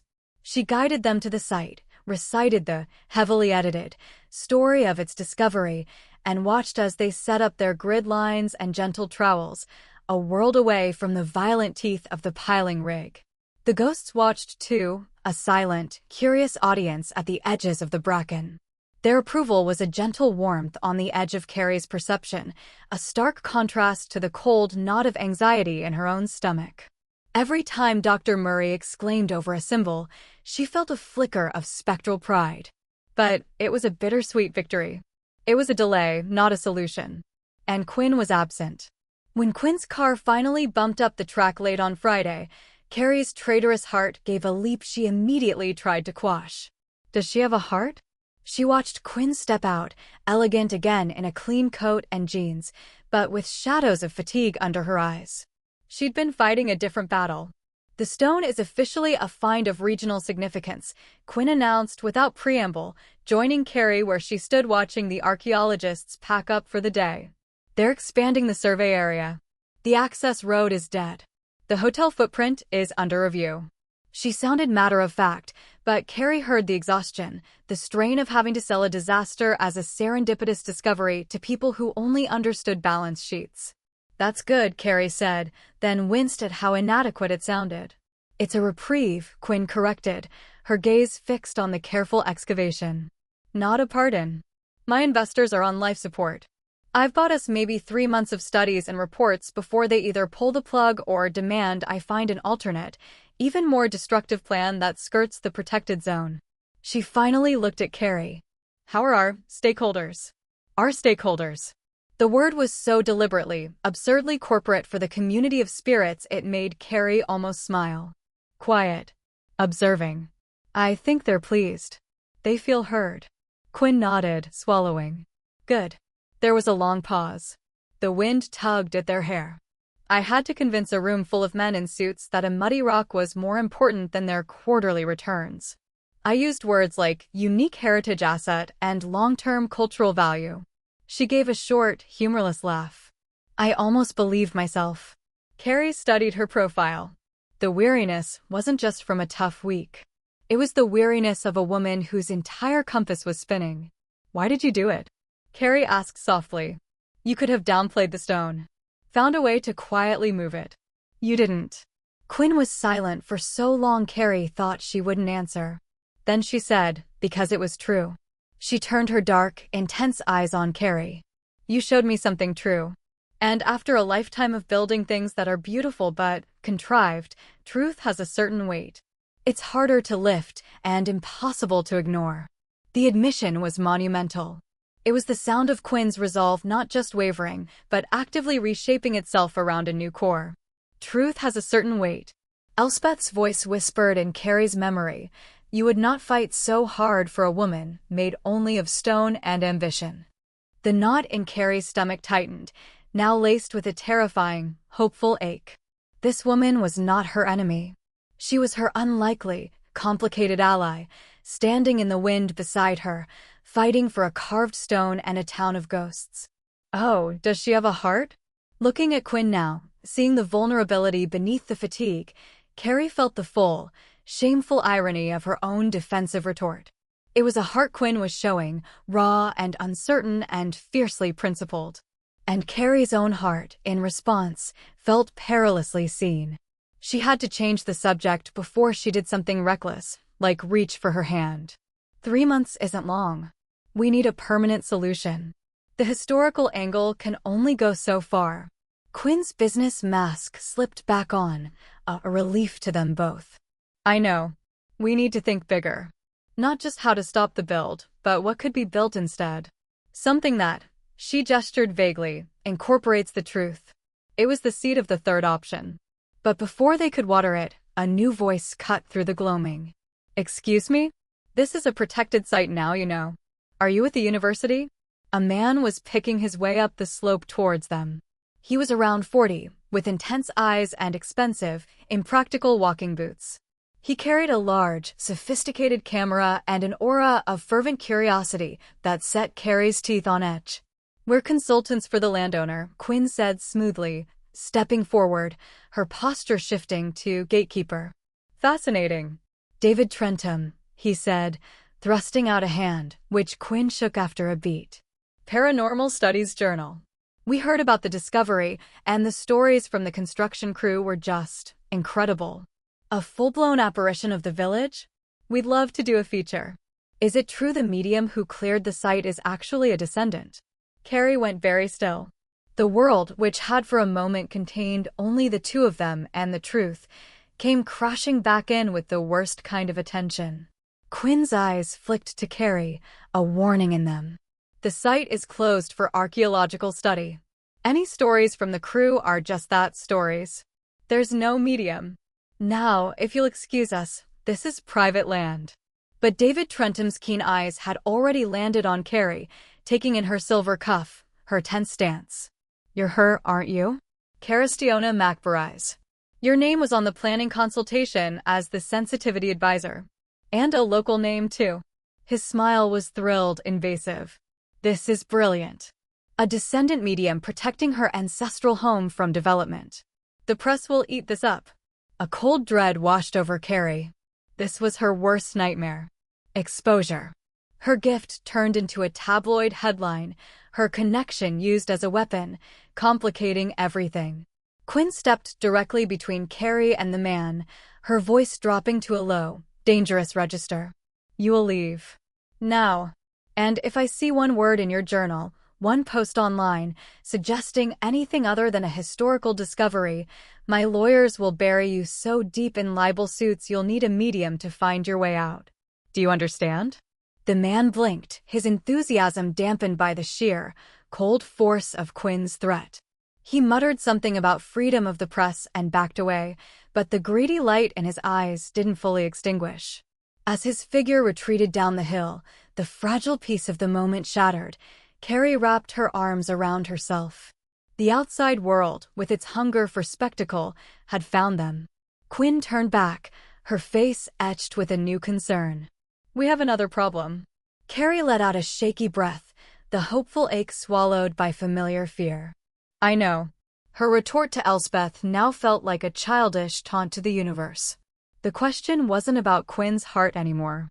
It was about whether either of them could protect the fragile truth they'd found from being torn apart. Chapter 14. The Crisis. David Trentham was a seed. And the paranoid, online soil of the paranormal community was fertile ground. By Saturday morning, the story had sprouted tentacles. Quinn saw it first on her phone, her morning coffee turning to acid in her stomach. A post on a popular occult forum, shared hundreds of times. Scoop: developer tries to bulldoze haunted Scottish village, only to be stopped by descendant medium and ancient cursed stone. Full story developing. Hashtag Kincardine, hashtag Haunted Scotland. Attached were grainy, long lens photos of the stone under its tarp, of Quinn and Carrie talking on the hillside, and worst of all, a zoomed-in shot of Carrie's face, looking pale and strained, with the caption, "Caristiona McBride, heiress to the ghosts." "It's gone viral in the worst possible circles," Quinn said, her voice tight with fury, pacing the floor of Carrie's room.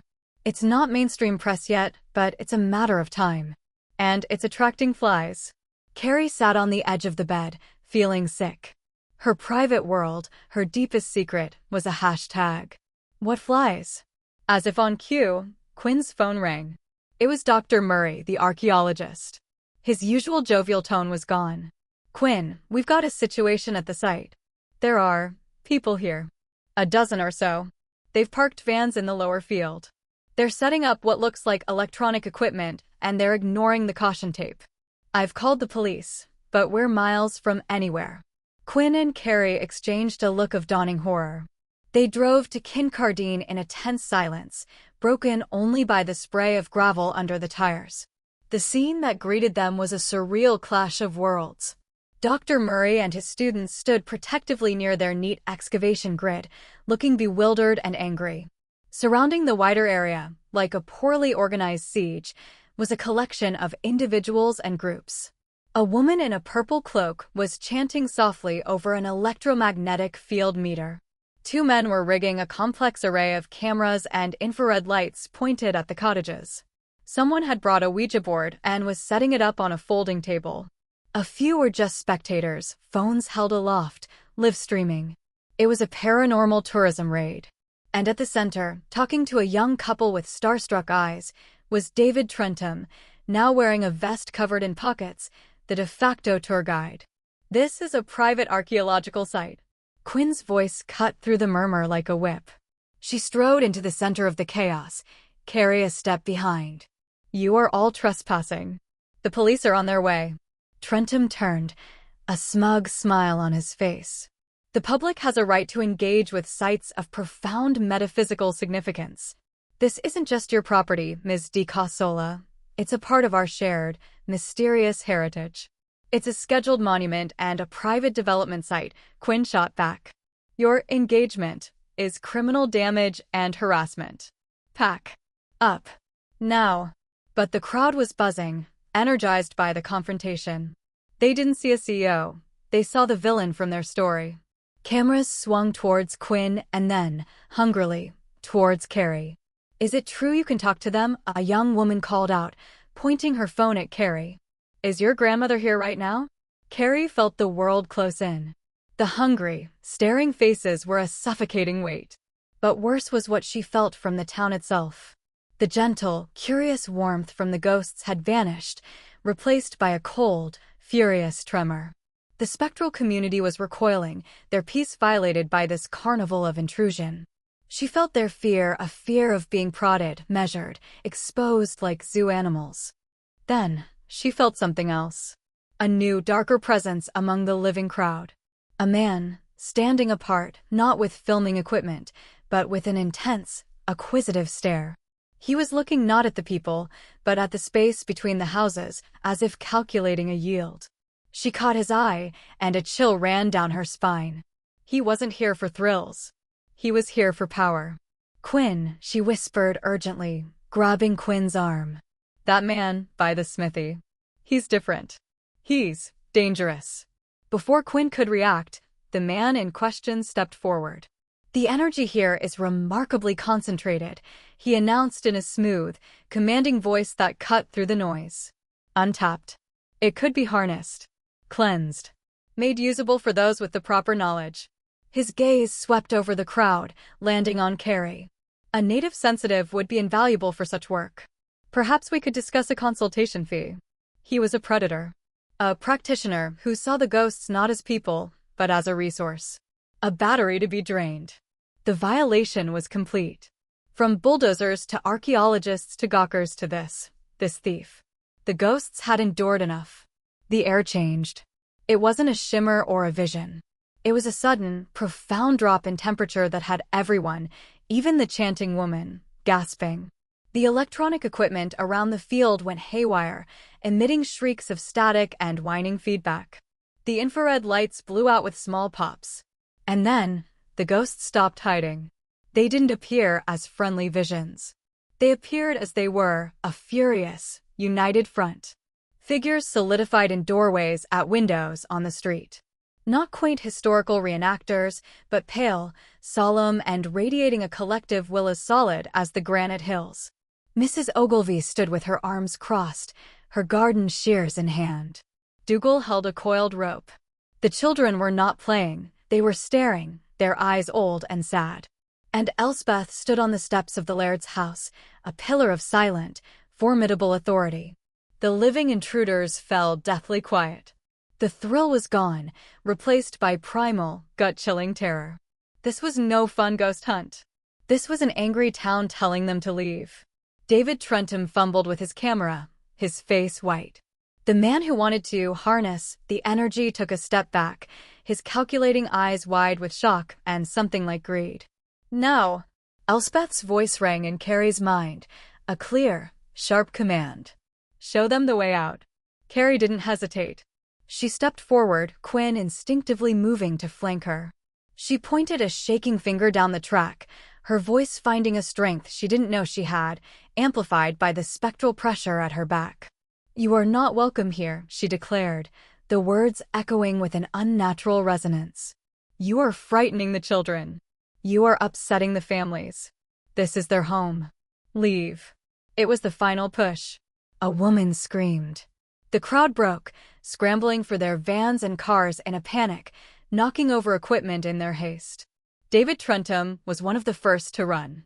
The energy harvester lingered a moment longer, his eyes locking with Carrie's, before melting back into the fleeing crowd. Within 3 minutes, the field was empty of everyone but Quinn, Carrie, and the stunned archaeologists. The ghosts faded from view, their point made. The eerie cold lifted, leaving the normal chill of the Highland afternoon. Quinn let out a long, shaky breath, looking at Carrie with new, profound respect and concern. The police sirens were finally audible in the distance, coming to handle a crisis that had already been resolved by the true residents. The crisis had united them with the ghosts completely.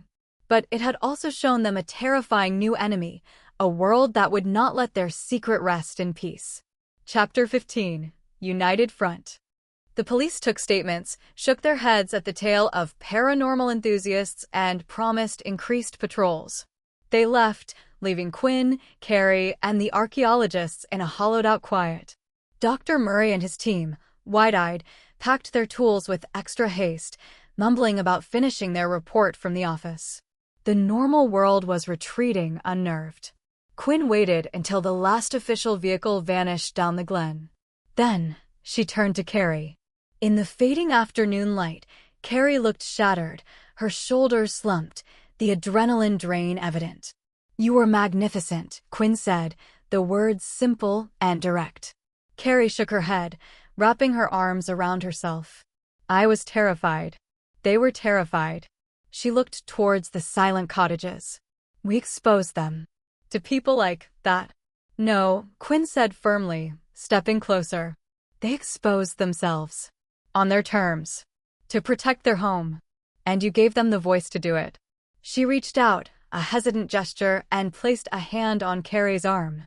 "You stood between a mob and what they love, and you told the mob to leave. That takes a different kind of strength than I have." The touch was electric. Carrie looked down at Quinn's hand, then up into her eyes. The professional distance was a memory. The client-consultant dynamic was ash. What remained was this: 2 women in an empty field, bound by a shared, impossible secret and a battle just fought side by side. "What now?" Carrie whispered, the question encompassing everything: the town, the occultist, the future. "Now," Quinn said, her grip tightening slightly, "we secure the perimeter. And we talk. Really talk."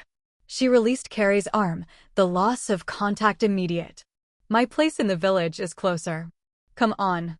They walked to the small, rented cottage Quinn was using as a side office. It was Spartan, a desk covered in plans, a laptop, a kettle, a small sofa. Quinn busied herself making tea, the domestic ritual a stark contrast to the day's chaos. Carrie sat on the sofa, exhaustion finally claiming her. She watched Quinn move, efficient, focused, and felt the truth of Elspeth's words settle in her bones. This woman had a heart, and it was in every line of her weary body, in every fierce act of protection. Quinn brought over 2 mugs and sat beside her, not at the other end of the sofa, but close enough that their knees almost touched. The space between them hummed with unspoken things.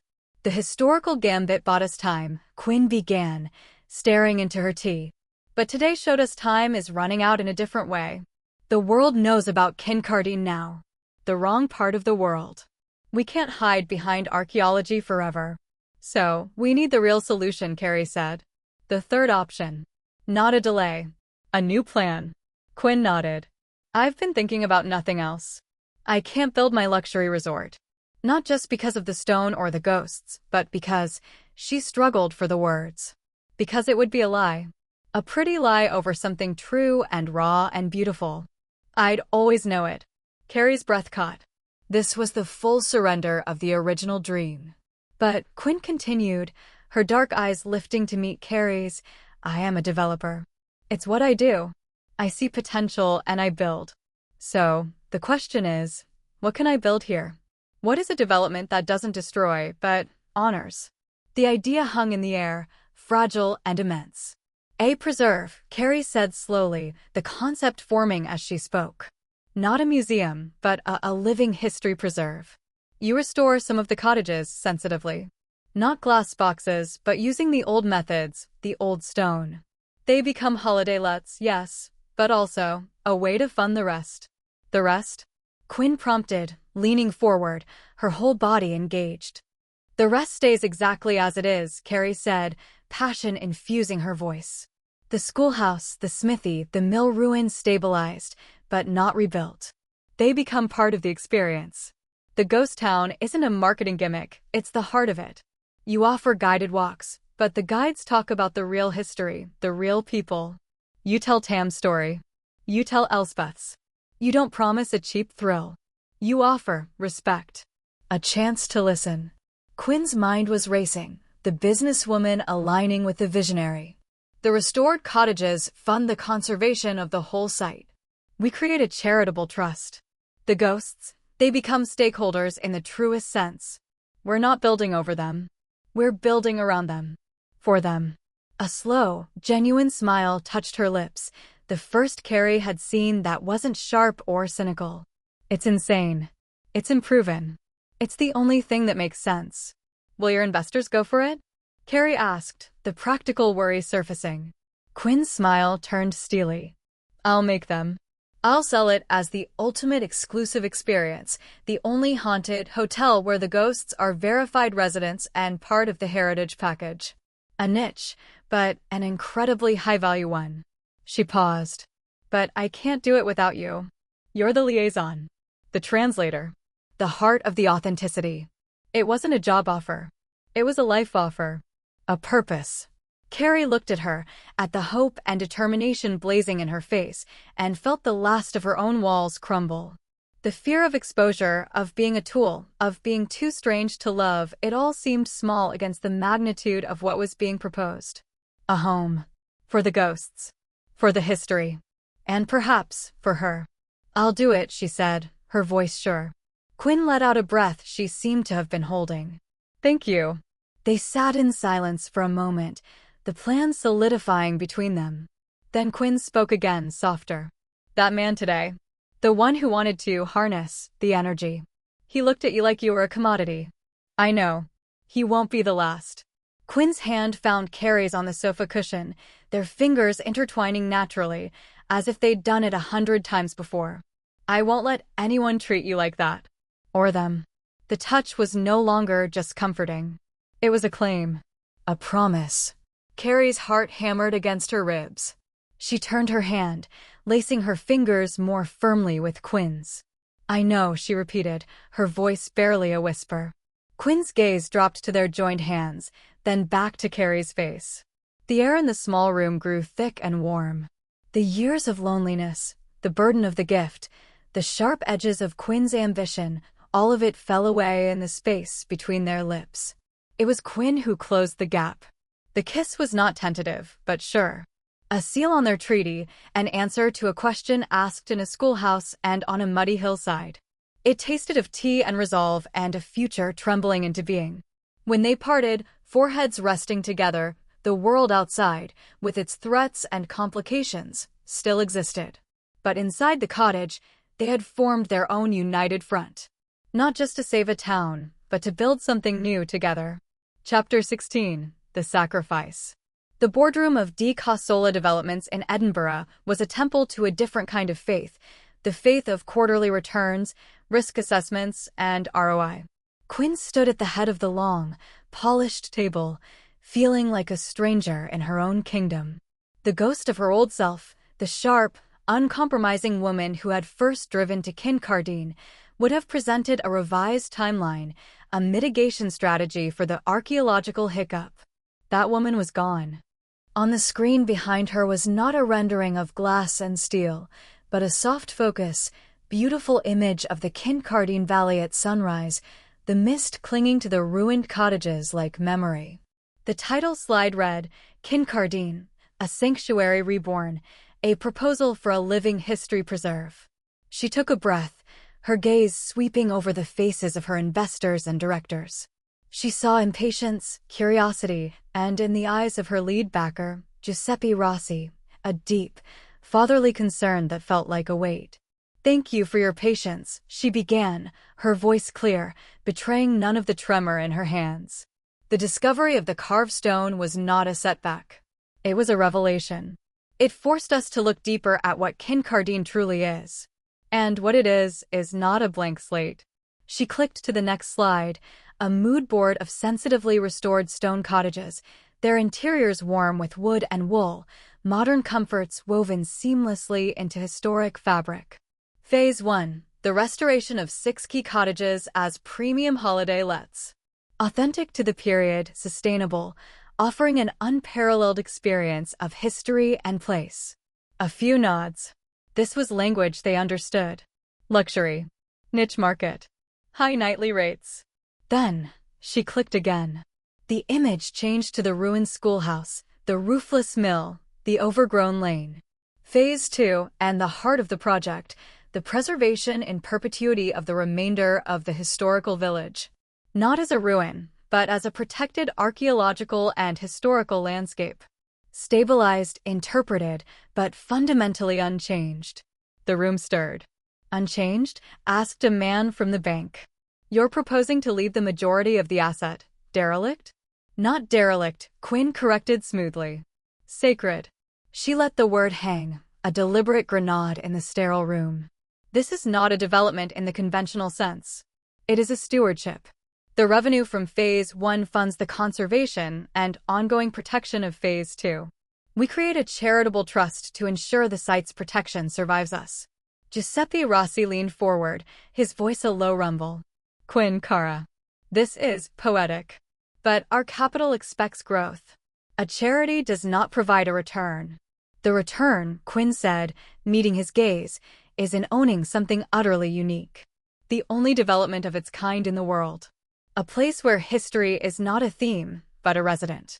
We will attract not just tourists, but academic grants, documentary filmmakers, cultural partnerships. The brand value alone will be immense." She clicked to a final slide, a simple, powerful financial model. "The projections show a longer road to profitability, yes. But the terminal value, the enduring worth of the land, and the globally recognized brand we create exceeds that of the original resort model by a factor of 3 within a decade. We are not selling rooms. We are selling an irreplaceable piece of authentic human story." She was pitching with everything she had, weaving Carrie's vision with her own business acumen. But she could see the doubt. It was too radical. Too soft. The questions came, sharp and technical. About planning permissions for a hybrid model. About liability. About marketing this ghost town without it seeming cheesy. Quinn answered each one, her arguments polished, but her soul felt bare. She was asking them to believe in ghosts without ever saying the word. Finally, Rossi spoke again. "This, preservation. You talk of resident history."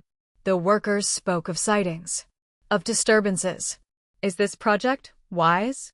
Given the local folklore?" His meaning was clear. "Are you losing your grip?" This was the moment. She could downplay it. Call it marketing. Instead, Quinn straightened her shoulders, a gesture of defiance and truth. "The folklore is the point, Giuseppe," she said, her voice dropping, compelling them to listen. "Kincardine has a presence. A power. To ignore it, to bulldoze it, would be like draining a Venetian canal to put in a car park. You destroy the very soul you came to profit from. This plan respects that power. It channels it. It makes it the cornerstone of the entire venture." She looked at each of them in turn. "I am not asking you to believe in ghosts. I am asking you to believe in value. And the most valuable thing in the world right now is authenticity. This, she gestured to the screen, to the valley, is the most authentic place on earth. And I am willing to stake my reputation, my shares, my entire stake in this company on that fact. A stunned silence followed. It was the ultimate sacrifice. She was offering her skin in the game, her own financial neck on the line. Rossi studied her for a long, painful minute.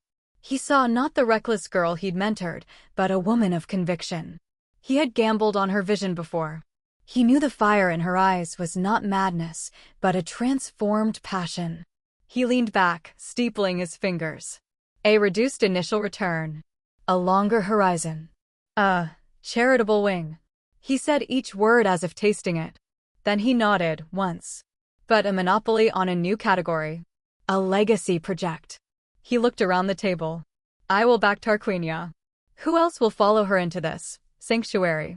One by one, reluctantly, intriguedly, the other heads nodded. The vote was not unanimous, but it passed.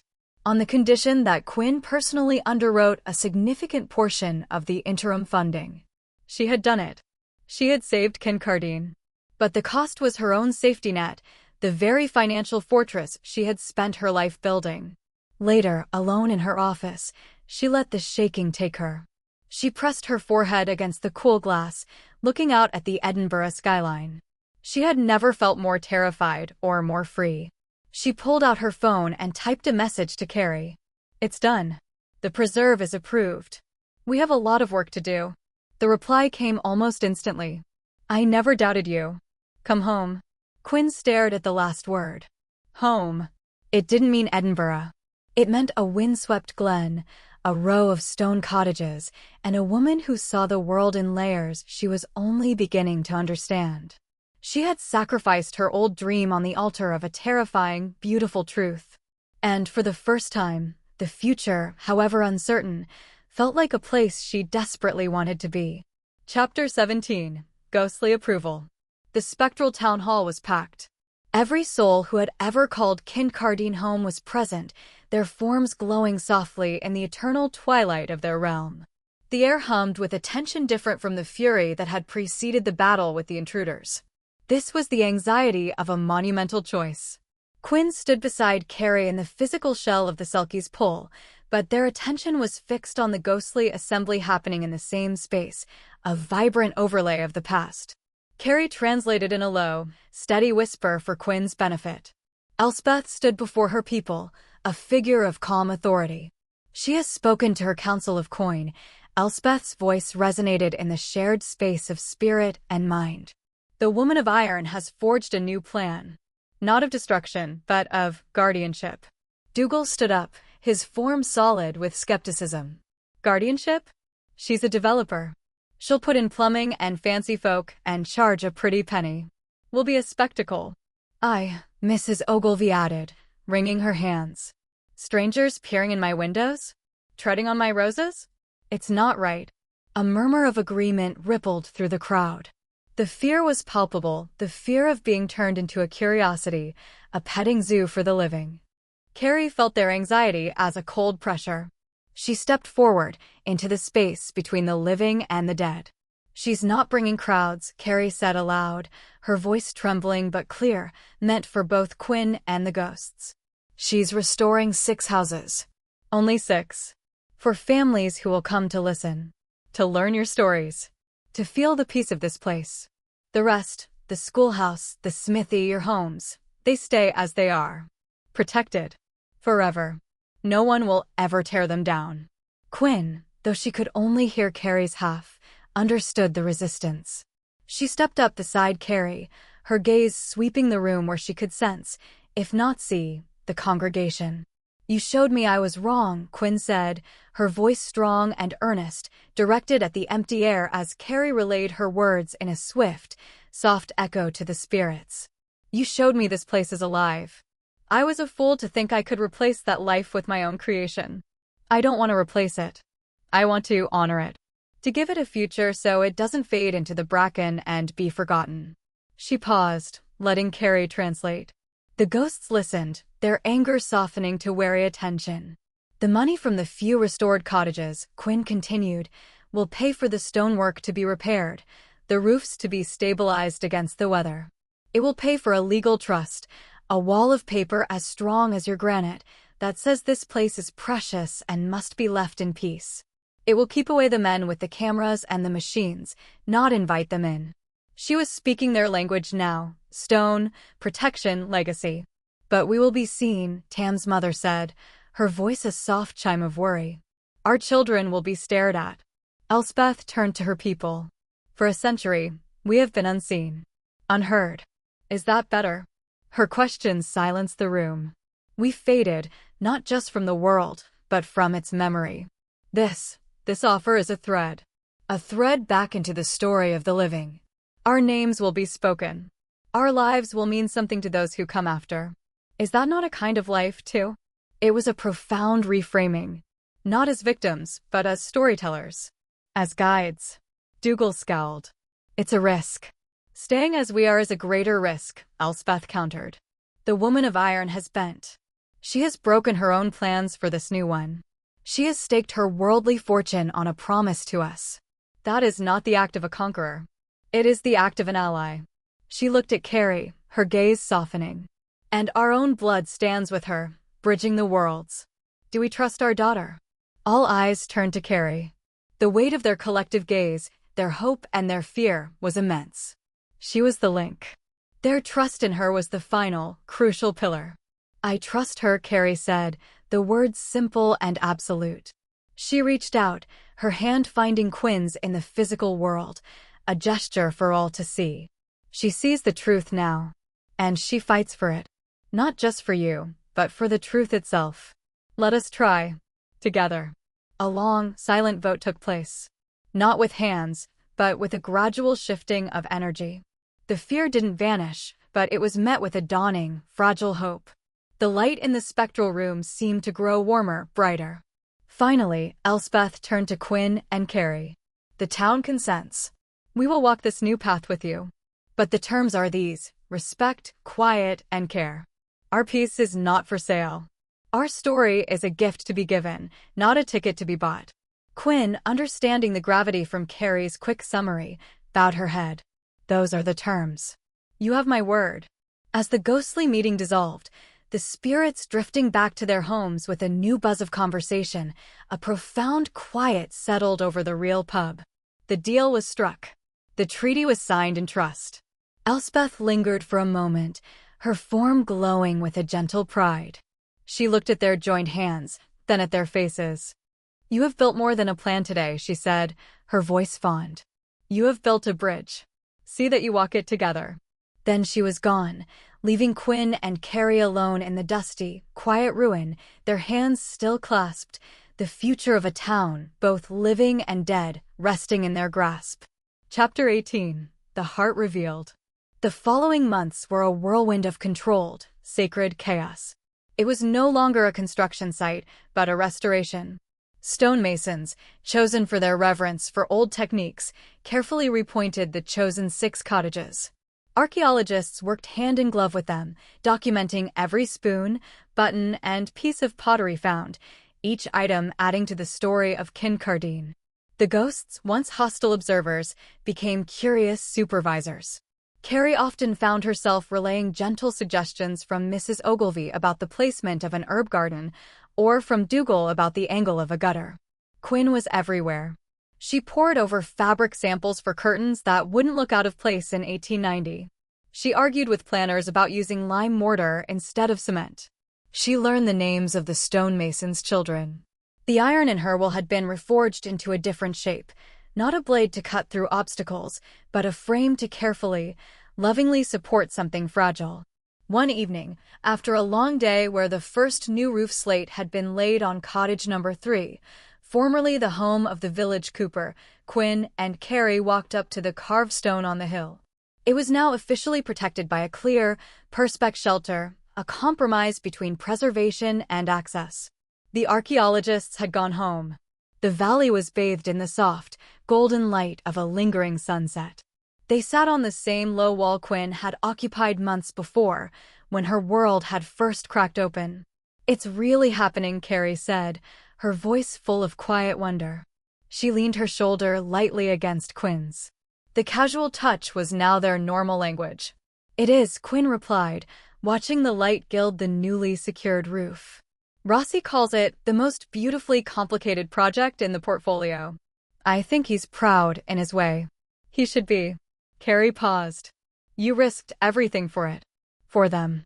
Quinn was silent for a moment, her gaze drifting from the cottages to Carrie's face.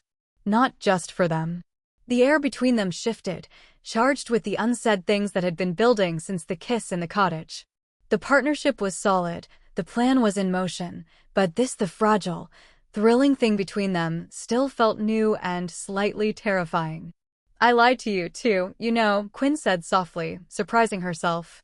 Carrie turned to look at her, eyebrows raised. When? At the beginning. I told myself I was hiring you to manage a problem. A superstitious workforce. Quinn shook her head, a small, self-deprecating smile on her lips. But the truth was, from that first meeting in your office, you were a problem I couldn't categorize. You unsettled me. Not because of the ghosts, but because you looked at me and you didn't see a checkbook or a threat. You saw me, and you weren't impressed. It was infuriating. And intriguing. Carrie listened, her heart beginning to drum a slow, heavy rhythm. And then, in the schoolhouse, seeing you so undone by something I couldn't see. I was furious because you'd lied, but part of me was furious because you had access to a world that shut me out. I wanted in. Not to the ghost world, but to your world. To understand what you saw, what you felt. Quinn reached over, taking Carrie's hand, lacing their fingers together. I risked everything because you showed me a truth that was more valuable than any profit. And because. Her voice caught. The fearless CEO was gone, leaving a woman laying her heart bare on a hillside. Because when I'm with you, the noise stops, Quinn finished, her dark eyes glistening. The constant calculation, the pressure, the drive, it just quiets. And all I want to do is build something that makes you look at me the way you looked at Tam that first day. With wonder. Not fear. Carrie's breath hitched. Elspeth's words echoed. The question is not whether she has a heart. It is whether you will be brave enough to let her see yours. The last of her defenses, the walls built from a lifetime of hiding, crumbled to dust. There was no more need for shields here, in this place they had saved together. You do, Carrie whispered, her own tears threatening. You make me feel wonder every day. You took this impossible thing that has always isolated me, and you didn't run from it. You built a future around it. You gave it a home. She brought Quinn's hand to her lips, pressing a kiss to her knuckles. You have the most formidable, beautiful heart I have ever known. And I am hopelessly, completely in love with it. With you. The admission hung in the twilight, simple and monumental. Quinn didn't speak. She didn't need to. She cupped Carrie's face in her hands, her thumbs brushing away the tears that traced Carrie's cheeks. The kiss they shared was nothing like the first. That had been a spark, a collision of crisis and need. This was a revelation. Slow, deep, and full of a promise that stretched beyond the horizon of the glen. It was a kiss that spoke of shared early mornings over blueprints, of quiet evenings listening for ghostly laughter, of a lifetime of building something true together. When they finally parted, foreheads touching, the sun had dipped below the hills, leaving the sky awash in violet and rose. The first lights were twinkling in the windows of the nearest living village, miles away. But in Kincardine, a different kind of light was kindling. Come on, Quinn said, her voice husky with emotion. She stood, pulling Carrie up with her. There's one more thing I want to show you. Hand in hand, they walked not towards the restored cottages, but down a smaller, overgrown lane on the western edge of the town, to a place where the view of the sea was uninterrupted. Chapter 19, A New Blueprint. The cottage Quinn led her to was not one of the 6 being restored for the preserve's guests. It was smaller, tucked under the shoulder of the hill, its back to the prevailing wind and its face turned fully to the sea.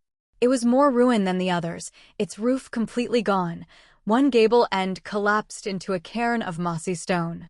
This one, Quinn said, stopping at the broken gate. It was the home of the village carpenter, a long time ago.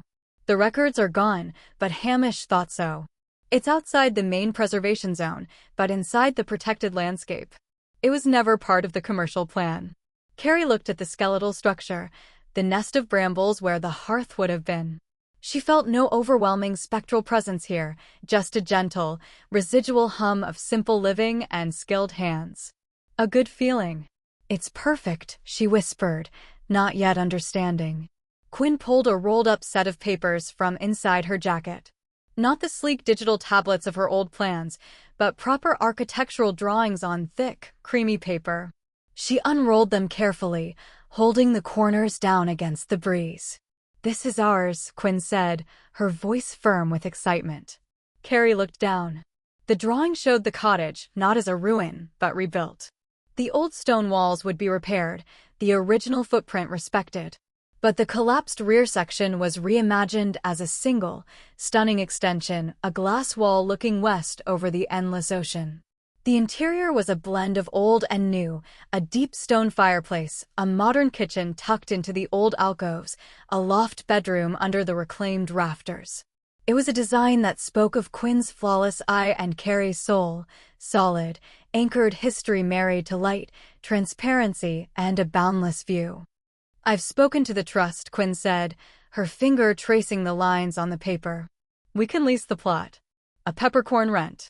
The condition is that we oversee the preserve, that we are its live-in custodians. This will be our home. Where we work from. Where we live." She looked at Carrie, her eyes searching. "If you want it." Carrie's vision blurred with tears. She saw it all. Mornings watching the sea mist roll in from their own kitchen. Evenings by the fire, Quinn working on budgets, Carrie writing the guides that would tell the true stories of Kincardine. The ghosts passing by on their eternal rounds, not as spectral strangers, but as neighbors. A home that existed in both worlds, a true bridge. It was the ultimate third option. Not just a compromise for the town, but a synthesis for themselves. It's the most beautiful thing I've ever seen," Carrie managed, her throat tight. She looked from the drawing to the ruin, and for a moment, she saw the ghost of the old carpenter, a man in a leather apron, giving a satisfied nod from the doorway before fading into the golden light. His approval. "I want it more than anything." The final barrier between her life and this project vanished. This was her life. With Quinn. In Kincardine. Months later, the transformation was underway. The preserve's first 2 cottages were nearly ready, smelling of beeswax and old stone. But the real heart of the activity was the carpenter's cottage. Quinn had traded her designer coats for a thick work jumper, often dusted with stone powder. She was in constant consultation with the lead stonemason, Ewan, treating him with a respect that was now second nature. Carrie worked alongside them in a different way. When the workers uncovered a child's wooden toy beneath the floorboards, it was Carrie who gently suggested leaving it in a small, sealed niche in the new hearth, for luck. When they debated the type of rose for the south-facing wall, Carrie paused, listened to a whisper on the air, and said, "A white rose." It was always a white rose here. No one questioned her. One afternoon, as the new roof timbers were being raised, Carrie stood with Elspeth at the edge of the garden. They watched Quinn below, directing the crane operator with precise hand signals, utterly in her element. "He would be pleased," Elspeth said, her mental voice warm. The carpenter. He loved a thing done well. And he loved a happy household. "Is it too much?" Carrie asked quietly, the old fear of intrusion briefly surfacing. "Us being here, in the middle of it all?" Elspeth looked at her, a spectral smile touching her lips. "You are not in the middle of it, agreed. You are part of it. The final piece of the town, clicking into place. You give them," she nodded towards Quinn and the living workers, "a reason to be careful. And you give us a voice in the world that is coming. It is as it should be." She reached out a translucent hand and, though Carrie felt only the faintest chill, the gesture of blessing was unmistakable. "Now," Elspeth said, her form beginning to gently disperse, "go and build your nest. And fill it with the life this place has been missing." Carrie walked down to the site as the last great beam was slotted into place with a solid, final thud. Quinn stood back, wiping her hands on her trousers, a smudge of dirt on her cheek. She saw Carrie and her face lit with a smile that was entirely unguarded, entirely happy. The bones are good, Quinn said, nodding at the new roof structure. Strong. It's going to last. Carrie walked up to her, reached out, and wiped the dirt from her cheek. Everything you build does, she said softly. Around them, the preserve was taking shape, a testament to a battle fought, a truth honored, and a future being built, stone by careful stone, by their joined hands. Chapter 20. Home. The first winter in the carpenter's cottage was a song of stone and sea. Atlantic gales hurled themselves at the glass extension, but the old walls, lovingly repointed, stood firm and silent. Inside, the world was warmth and golden light. Carrie stood at the great window, a chunky knit cardigan pulled close, watching the twilight bleed indigo into the turbulent water.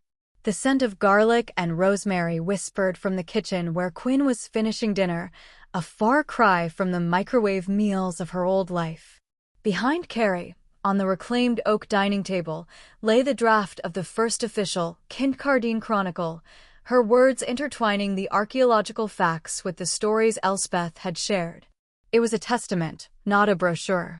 She felt Quinn's presence before she heard her, a specific quiet in the hum of the house. Arms slipped around her waist, a chin rested on her shoulder. Quinn's skin smelled of wood smoke and lemon from the kitchen. Storm's coming in properly, Quinn murmured, her lips brushing the shell of Carrie's ear. Good night to be inside. Carrie leaned back into the solid warmth of her, a sigh escaping her lips. Everything's battened down. The guests in Heather Cottage said they loved the sound of the wind. A low chuckle vibrated against Carrie's back. They paid a premium for atmospheric authenticity. I'm glad we're delivering. This was their life now. The delicate, thriving ecosystem of the preserve. 2 guest cottages were softly occupied, their visitors there for silence and starry skies, not ghost hunts. The money flowed into the trust, funding the slow, careful stabilization of the schoolhouse. It worked.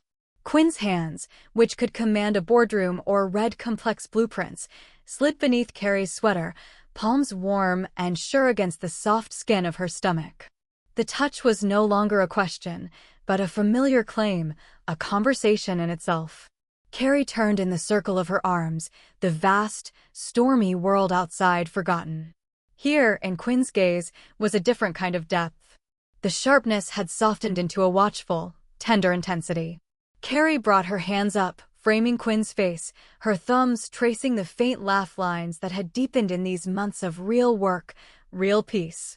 You're thinking too loud, Quinn whispered, her dark eyes searching Carrie's. I'm thinking, Carrie said, her voice barely audible over the wind's moan, that when I'm with you, I'm not a medium. I'm not a translator. I'm just me. And it's enough. Quinn's breath caught. She leaned forward, capturing Carrie's lips in a kiss that was slow and deep, a tasting of the present moment. It was a kiss that held the memory of their first frantic one, but had matured into this, a language of homecoming. They didn't make it to the bedroom. The thick, sheepskin rug before the roaring fireplace was their destination, a nest of warmth and shadow. Clothes were shed not in haste, but with a deliberate, reverent slowness. The firelight painted their skin in gold, dancing over the curve of a shoulder, the line of a spine, the silver cuff that never left Carrie's wrist. Quinn worshipped her with a developer's attention to detail and a lover's passion. She mapped the freckles across Carrie's collarbone with her tongue, learned the sigh that escaped when she traced the sensitive dip of her waist. Carrie, in turn, relearned the landscape of Quinn's strength, the powerful shoulders, the scar on her knee from a childhood fall in Milan, the surprisingly soft skin at the inside of her wrists. Her touch was both question and answer, her gift attuning not to the spirit world, but to the exquisite, living reality of the woman above her. There were no ghosts here tonight.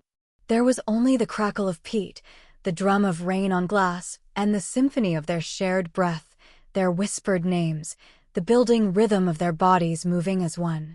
It was an intimacy forged not just in passion, but in shared sacrifice, in fought for truth. When the peak came, it was not a shattering, but a melting, a slow, sweet unspooling that left them tangled, breathless, and utterly found. Later, wrapped in a quilt, Limbs intertwined, they watched the fire. Carrie's head rested on Quinn's chest, listening to the steady, strong beat of her heart. "I saw Mrs. Ogilvy today," Carrie said sleepily. "She was deadheading her spectral roses." She gave me a nod. The new guests planted real roses by their door. She approved. Quinn's laughter was a soft rumble. Of course she did. Her fingers traced idle patterns on Carrie's bare arm. "Ewan says the masonry on the mill wall is finished. It'll stand another 200 years. A comfortable silence fell, filled with the completion of things. The preserve was protected. The ghosts were at peace. They were home. "You know," Quinn said into Carrie's hair, her voice thick with impending sleep, "I used to think home was a place you built from scratch. A concept. Now I know it's not a place you build. It's a place you uncover. And a person you choose." Carrie pressed a kiss to the skin over Quinn's heart. No more words were needed. Outside, the storm buffeted their strong, silent walls. Inside, in the hearthlight, in the circle of each other's arms, they were anchored. They were whole. On the threshold between the old stone and the new glass, between the past and the future, they had built something the world had never seen before. And in its warm, quiet heart, they were finally, undeniably, home. Thank you so much for listening. Please subscribe and like this video and follow me for more stories. You are always welcome here, and leave me a comment or a thumbs up, just letting me know if you like the story and would like more, or is there perhaps an idea that you would like to share or let me write for you.